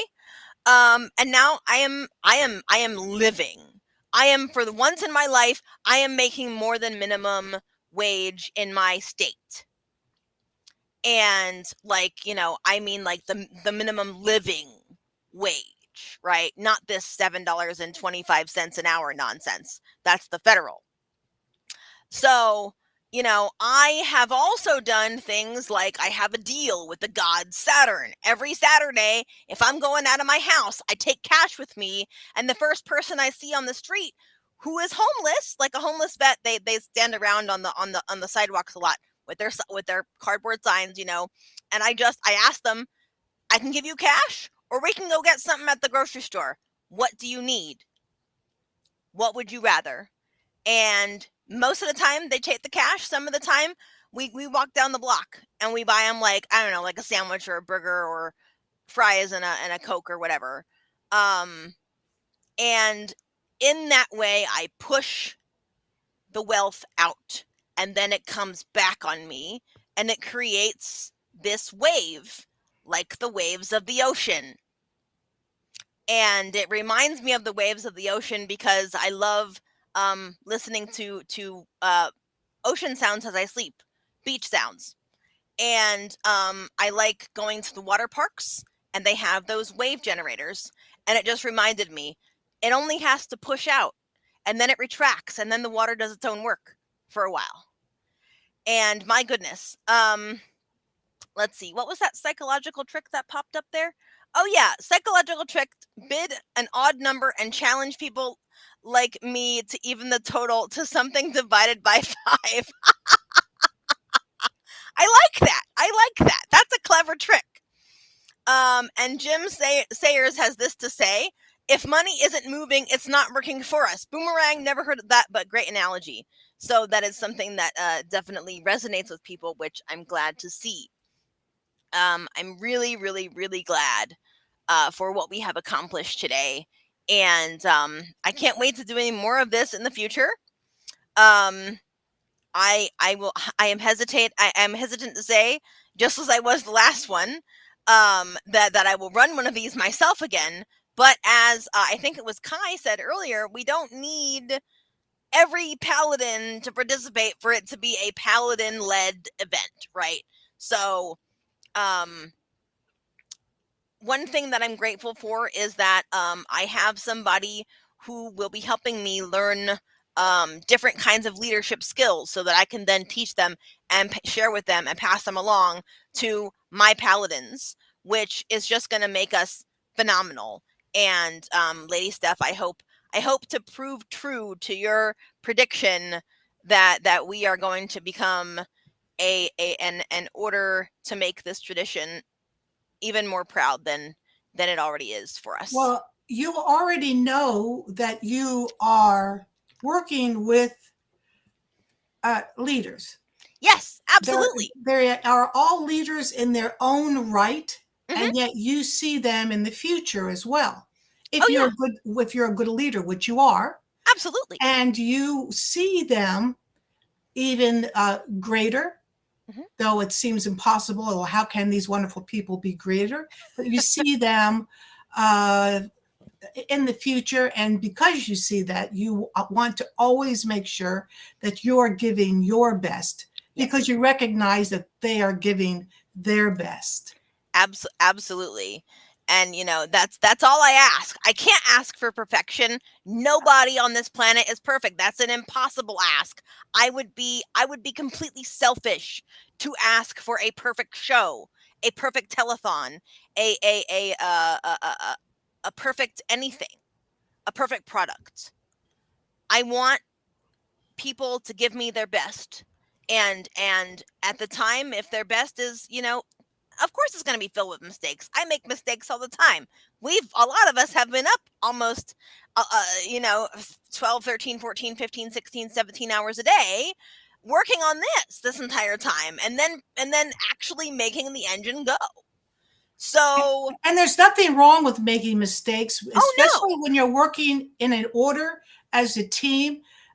It's about lifting others when they're slipping. Right. Yeah. One moment, if you please.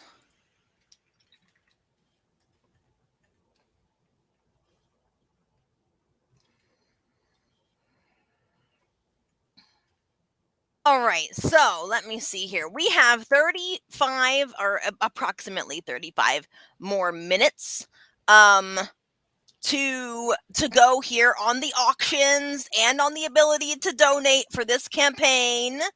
And don't worry, I am fairly sure that we will see Give Butter again, because Give Butter has been absolutely phenomenal. Hands down, the best platform that I have ever seen for raising money.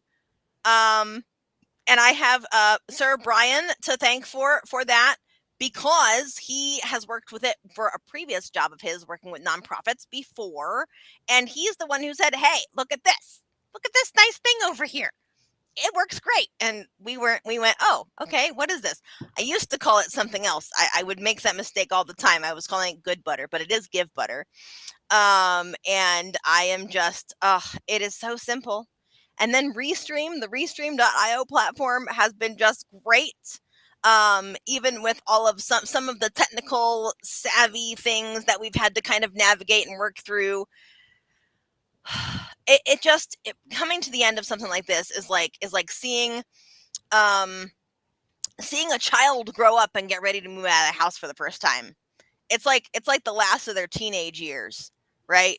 You know, it's that last year that you have with them, and you're making sure that they know how to change their car tire, that they know that insurance is due every month, that they know this and that and the other thing, and that they have your phone number. You are the mom, your phone number programmed in their speed dial should anything happen. Of course, that's not quite happening here, but the analogy is pretty much the same. And yes, thank you also to Cosmo, Reverend Cosmo, for all of the Restream knowledge. Steph, he made for us this, I don't know, 15, 20 page book, like literal book filled with knowledge. So a round of applause for him in particular. And that's a phenomenal favorites. idea too, to put it in a book. You know? Yes, absolutely. Because then it's not his knowledge. He's right. sharing. Yeah. Yes, exactly. And that's how he shared it with our team. He made 2 versions of it, a Word document and a PDF. So there you are. Let me see here. So yeah, let's see. What else should we close this out with? You know, this year I am looking forward to spending my birthday at the Parliament, because it's going to be the day of the big parade. Are you excited for the parade? Yes, I am. Excellent. I can't wait to be there with you and with everybody, with all of my paladins, with all of my Correllian family. We're going to bring so much energy to that party. Yes. Let's see. Is there anything that anybody else out there in radio, audio, visual land would like to know, or would like to ask, or would like to share with Chancellor Steph and myself before we get ready to call it a wrap for this telethon? This has just been such a pleasure, so much fun. Even with the the technical trial tribulation kind of things. Let's see here. Well, I have something to add. Yes. Yes, please. The parade and raising energy reminds me of action, and deity set the world in motion. Yes. Through us and because of us. And knowing or reminding us we are her hands caring for this physical world. This is why she works through us. And this is how she works through us. So absolutely. All of this is just a part and parcel of the Paladins, and that they recognize that It's because of them, because of Yes. you, because of these last 50 hours. You have put this universal truth into action. 1000%. Thank you for hitting that nail right on the head so squarely. And that means so much to me because, sometimes like, okay, I'm just gonna come out and say it. My room is an oven right now. And I am sitting here with my turban, looking posh, looking wonderful, sharing this time with you. And sometimes I wonder to myself, wait a minute, why am I doing this again? And you just reminded me why. Because Yes. I am the voice and I am the hands of things. Yes. Yes. And Yes. that's why, just to add on to that, that's why it takes so much energy. That's why we feel so tired, because for the entire time deity is working through us. Yes. And But it's a good tired. oh yes, it's a great tired. It's a great exhausted. I might be a little cranky for a few days. Forgive me, Well, friends and family out there in Radio Land, but it's part and parcel of the event, and of event running. And I don't know how other people make it look so flawless. I think that they just kind of do what I do and kind of fake it and pretend a little bit. Um, but that's that's what everybody well, has to do now and again. Um, oh God, Sir Brian. Sir Brian says Red Bull. And my Red Bull of choice just happens to be brewed with coffee beans. No Red Bull for me, only coffee. yes. And since this is your second fundraiser Yes. Related to getting on in front of an audience and presenting wonderful presentations of all kinds, all the Paladins, the order itself and you are creating a history Yes. for yourself, which will create and is creating trust. Yes. And as trust is being developed, people feel more freer to give to this great cause. Absolutely, absolutely. Thank you so much for acknowledging that, Lady Steph. You are absolutely right. And I cannot wait to see all of this video up on the Correllians Live YouTube channel, and of course archived as well on Magic TV, Pagan World TV. I want to give a little bit of a shout out to Pagan World TV. Thank you so much as well to Reverend Sir Mary Hawk for being our link Yes. to Pagan World and letting us and helping us use this platform, and making herself available with any phone call if anything should go wrong in the middle of the night, 3 o'clock, 4 o'clock, 5 o'clock in the morning. You just call her. You got to expect the what the heck is going wrong now, but that's only to be expected because Brian, do you want me to say that out loud? And apparently Sir Brian called her at 6:45 in the morning today or yesterday. Yesterday. Okay. So yeah, and she has handled it with pride and grace and knowledge that I am so grateful to have, and that I'm so grateful to have shared this event with that sponsor for us, because Restream is not cheap. And for them and for that business, Pagan World TV, to allow us to use it for 50 hours, I'm really grateful for that. So I just wanted that to be out there as well. Yes. And another group that I am grateful for is the two MCs and all of the people who helped them put the music block together. Okay. Now, I love me some good music. Having all of those people together last night takes more than a wing and a prayer. Like the wing and a prayer part, for those of you who don't know, is when you're coming to the to down to the T-5 minutes of an event like this, and then that's all you got. So yes, I want to say a big thank you to Reverend Sir Ebony Nash and Reverend Sir Cloud, aka Rich Donahue. Death Wish Coffee and Hopes and Prayers. Oh my God, put that back up. Whoever clicked on that, please click on it again. It was funny. And yet this is yet another reason, talking about Mary Hawk, her phenomenal organizational skills and presentations, Ebony, everyone.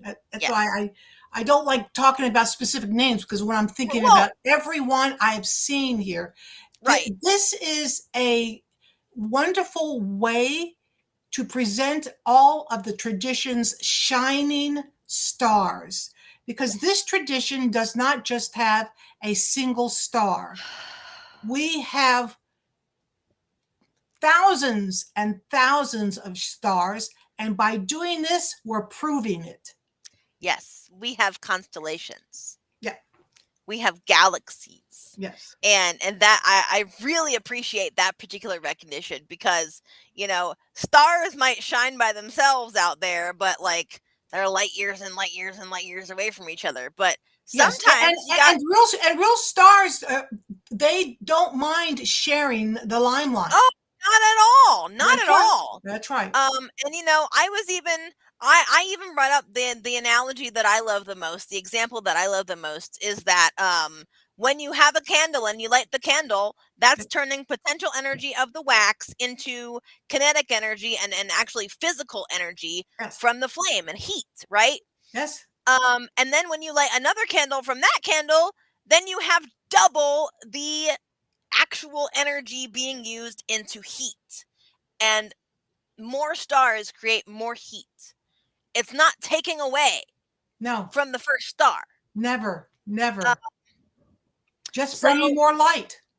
So one quick question for you, Lady Steph, is from Jim.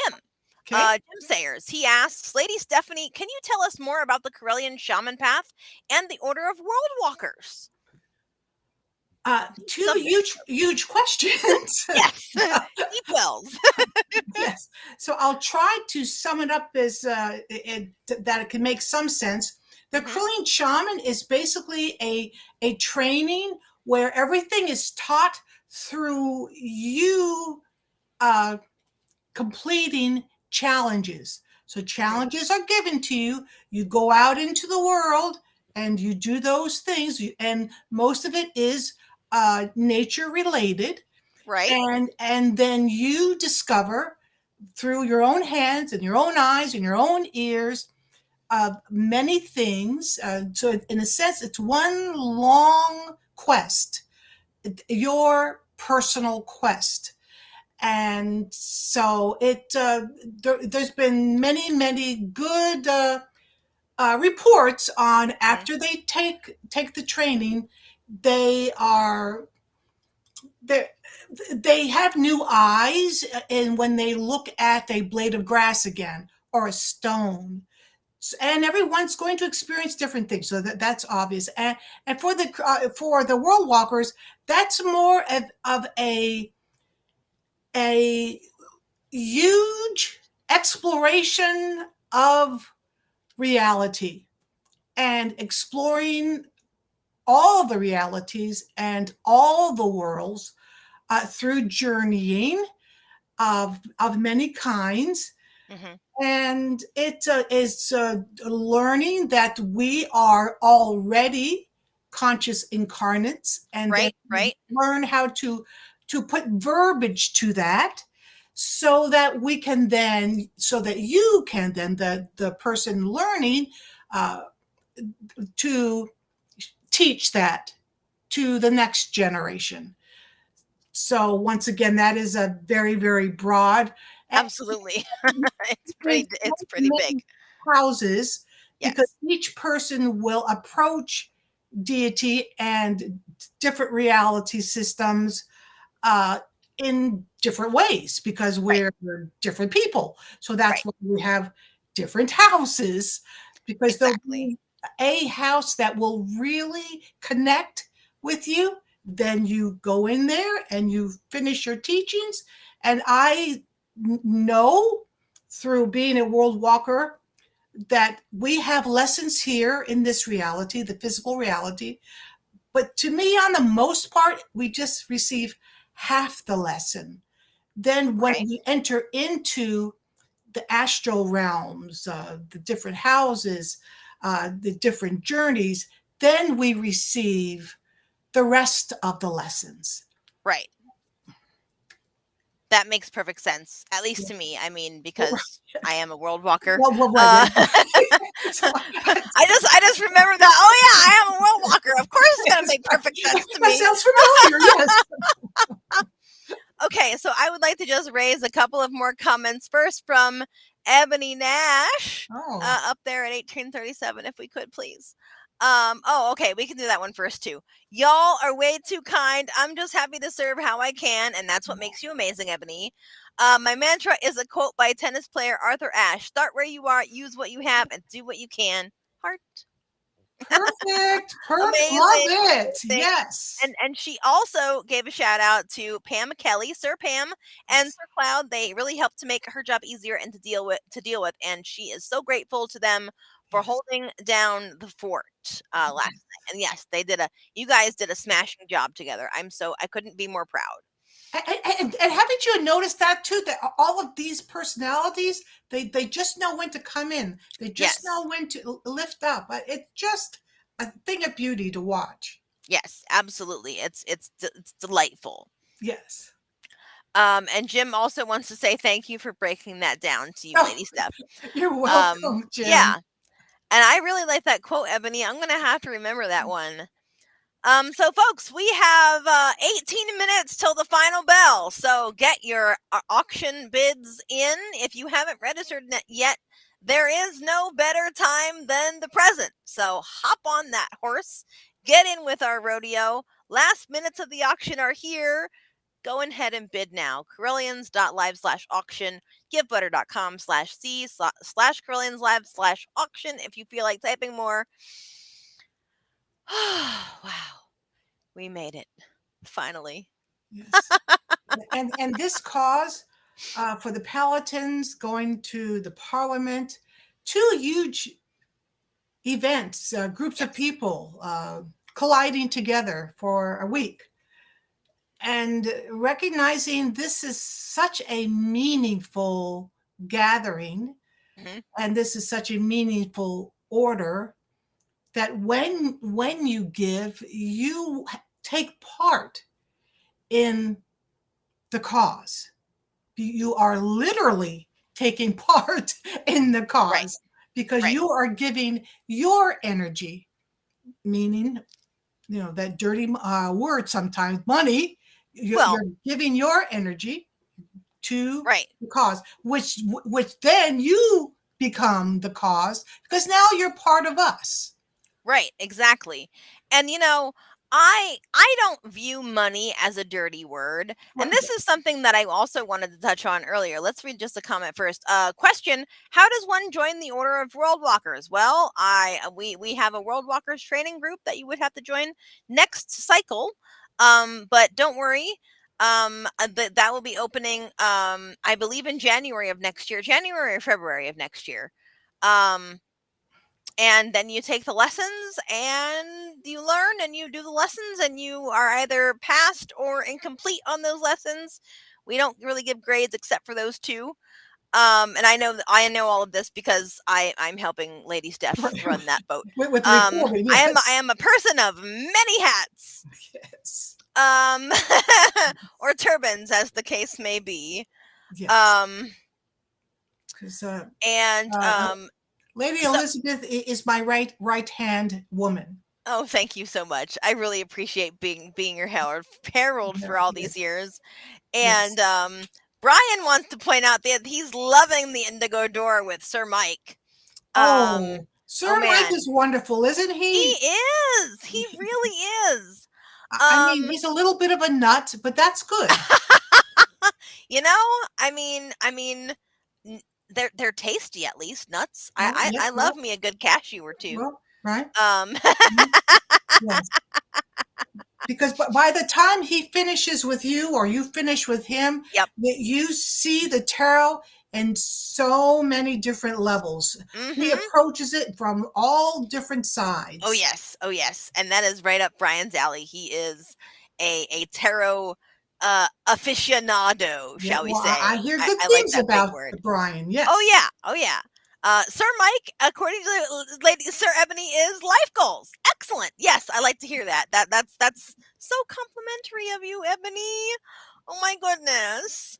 I love to hear that about people. That's how we know we have good people. When people are just like, "Oh yeah, you haven't met this guy yet. Yes, you need to go and do things with him or her Yes. or them." Yes. Right. So let's see. Who else? Who else on my list do I have yet to thank? So many of you guys. I'm sorry if I leave anybody out. It's not on purpose. I promise. I know. I'm doing my best, and we have Yep. only 14 minutes to go. So, oh yes, I want to thank my other herald, one of my other heralds, Lady Emerald. Reverend Sir Emerald has been my lodestone, my guiding star through so much of this. And of course, then we had Sir Brian come in and he took over my calendar, which is really amazing because I really needed somebody to do that. But like, you know, there are just nothing that I can't go to Reverend Emerald about, and nothing that she isn't willing to listen to me about if she has the time. You know what? With Reverend Emerald, whenever I hear her speak or present something or see her moving across a room, it's almost like I'm looking at a being of another place and time. Oh yeah. You can just sit there and just drink it in. Yes, Whatever she's presenting, you know that she knows her stuff. Oh yes, and seeing her paint that sunflower for me this morning or this afternoon, I should say, was just the most beautiful thing in the world because it's just something that's coming that she is bringing into the world for me. Yes. And you know, she and I, we're like this. And it's just so good to have her in my life as her sister. Wow. And you know, I really mean that, like, to the bottom of my heart. She is my sister. Her kids are my niece and nephew. My mom, she calls mom. Aww. My niece and nephew call my mom Nana or Aww. Grandma. Like it, I don't have a blood sister, but I do have a sister, and I do have a lot of brothers and sisters other than Emerald as well. Yes. You know, and my mom, you know, as we wrap this up here, I want to thank my mother. Good. My mother, her name is Julie Ann. She goes by Julie. And she basically raised me pretty much as a single parent.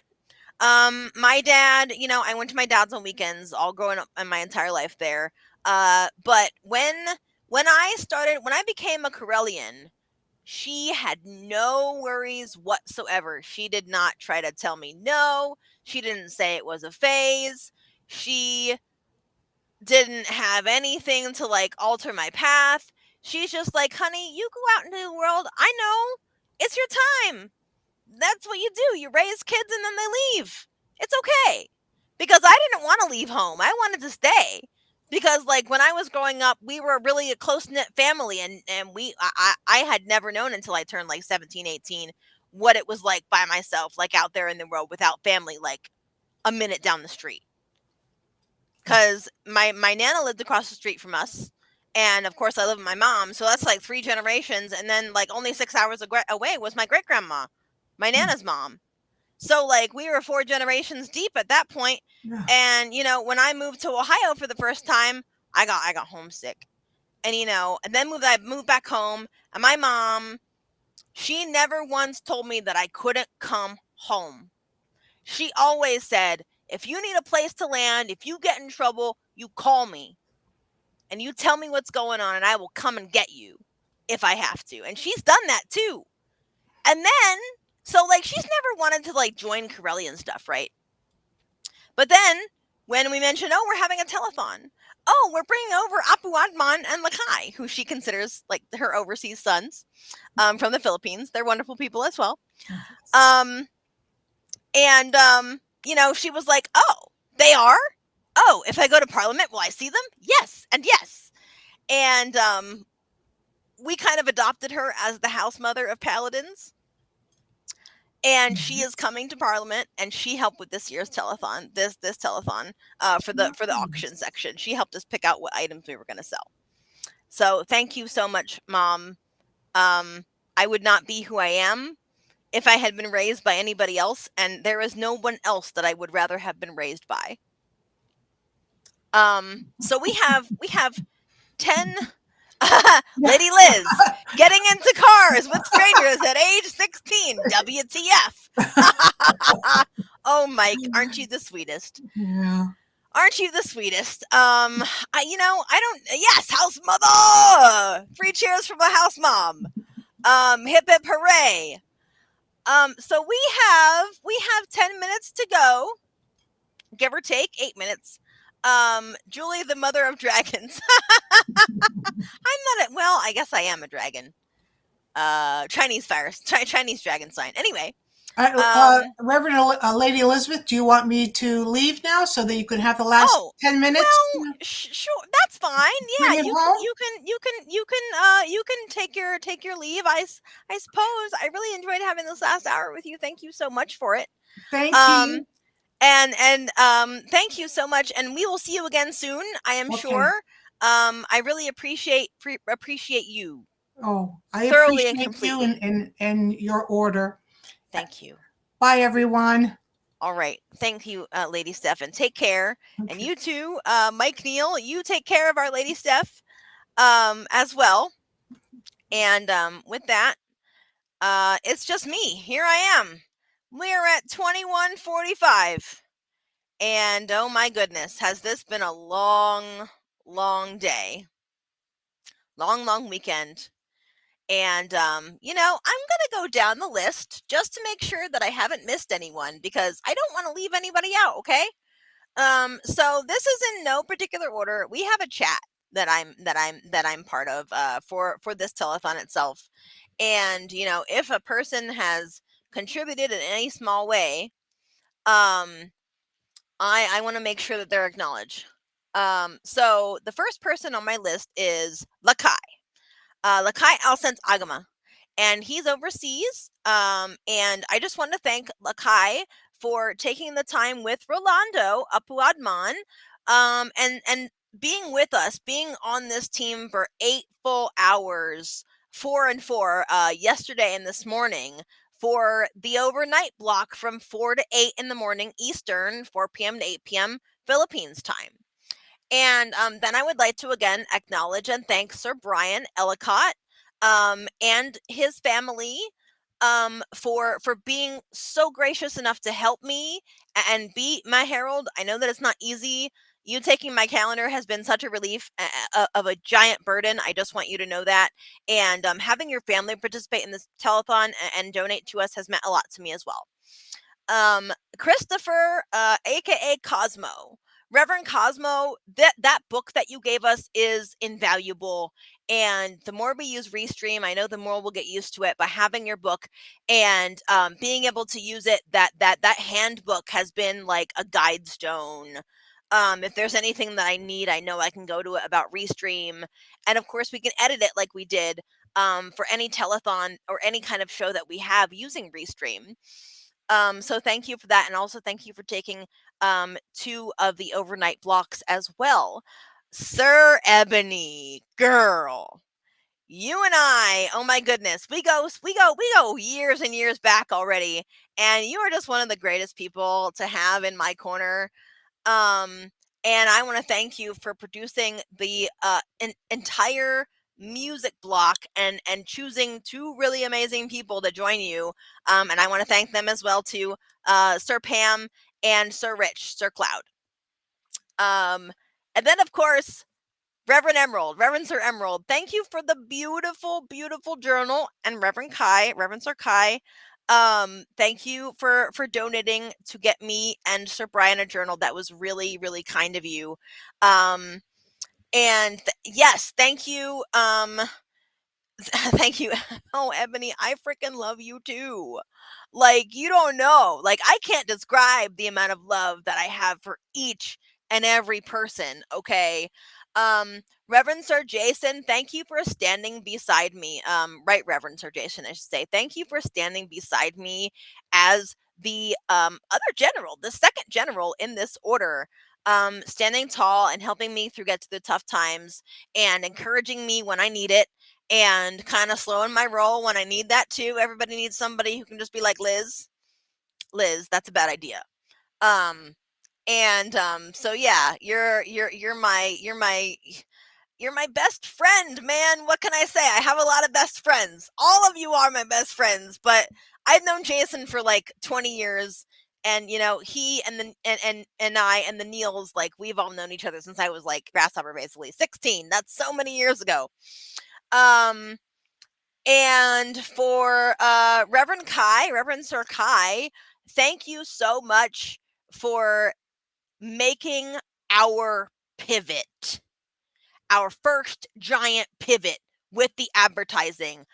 I owe you 10 million. We all owe you $10 million, okay? 10 million energetic dollars for that.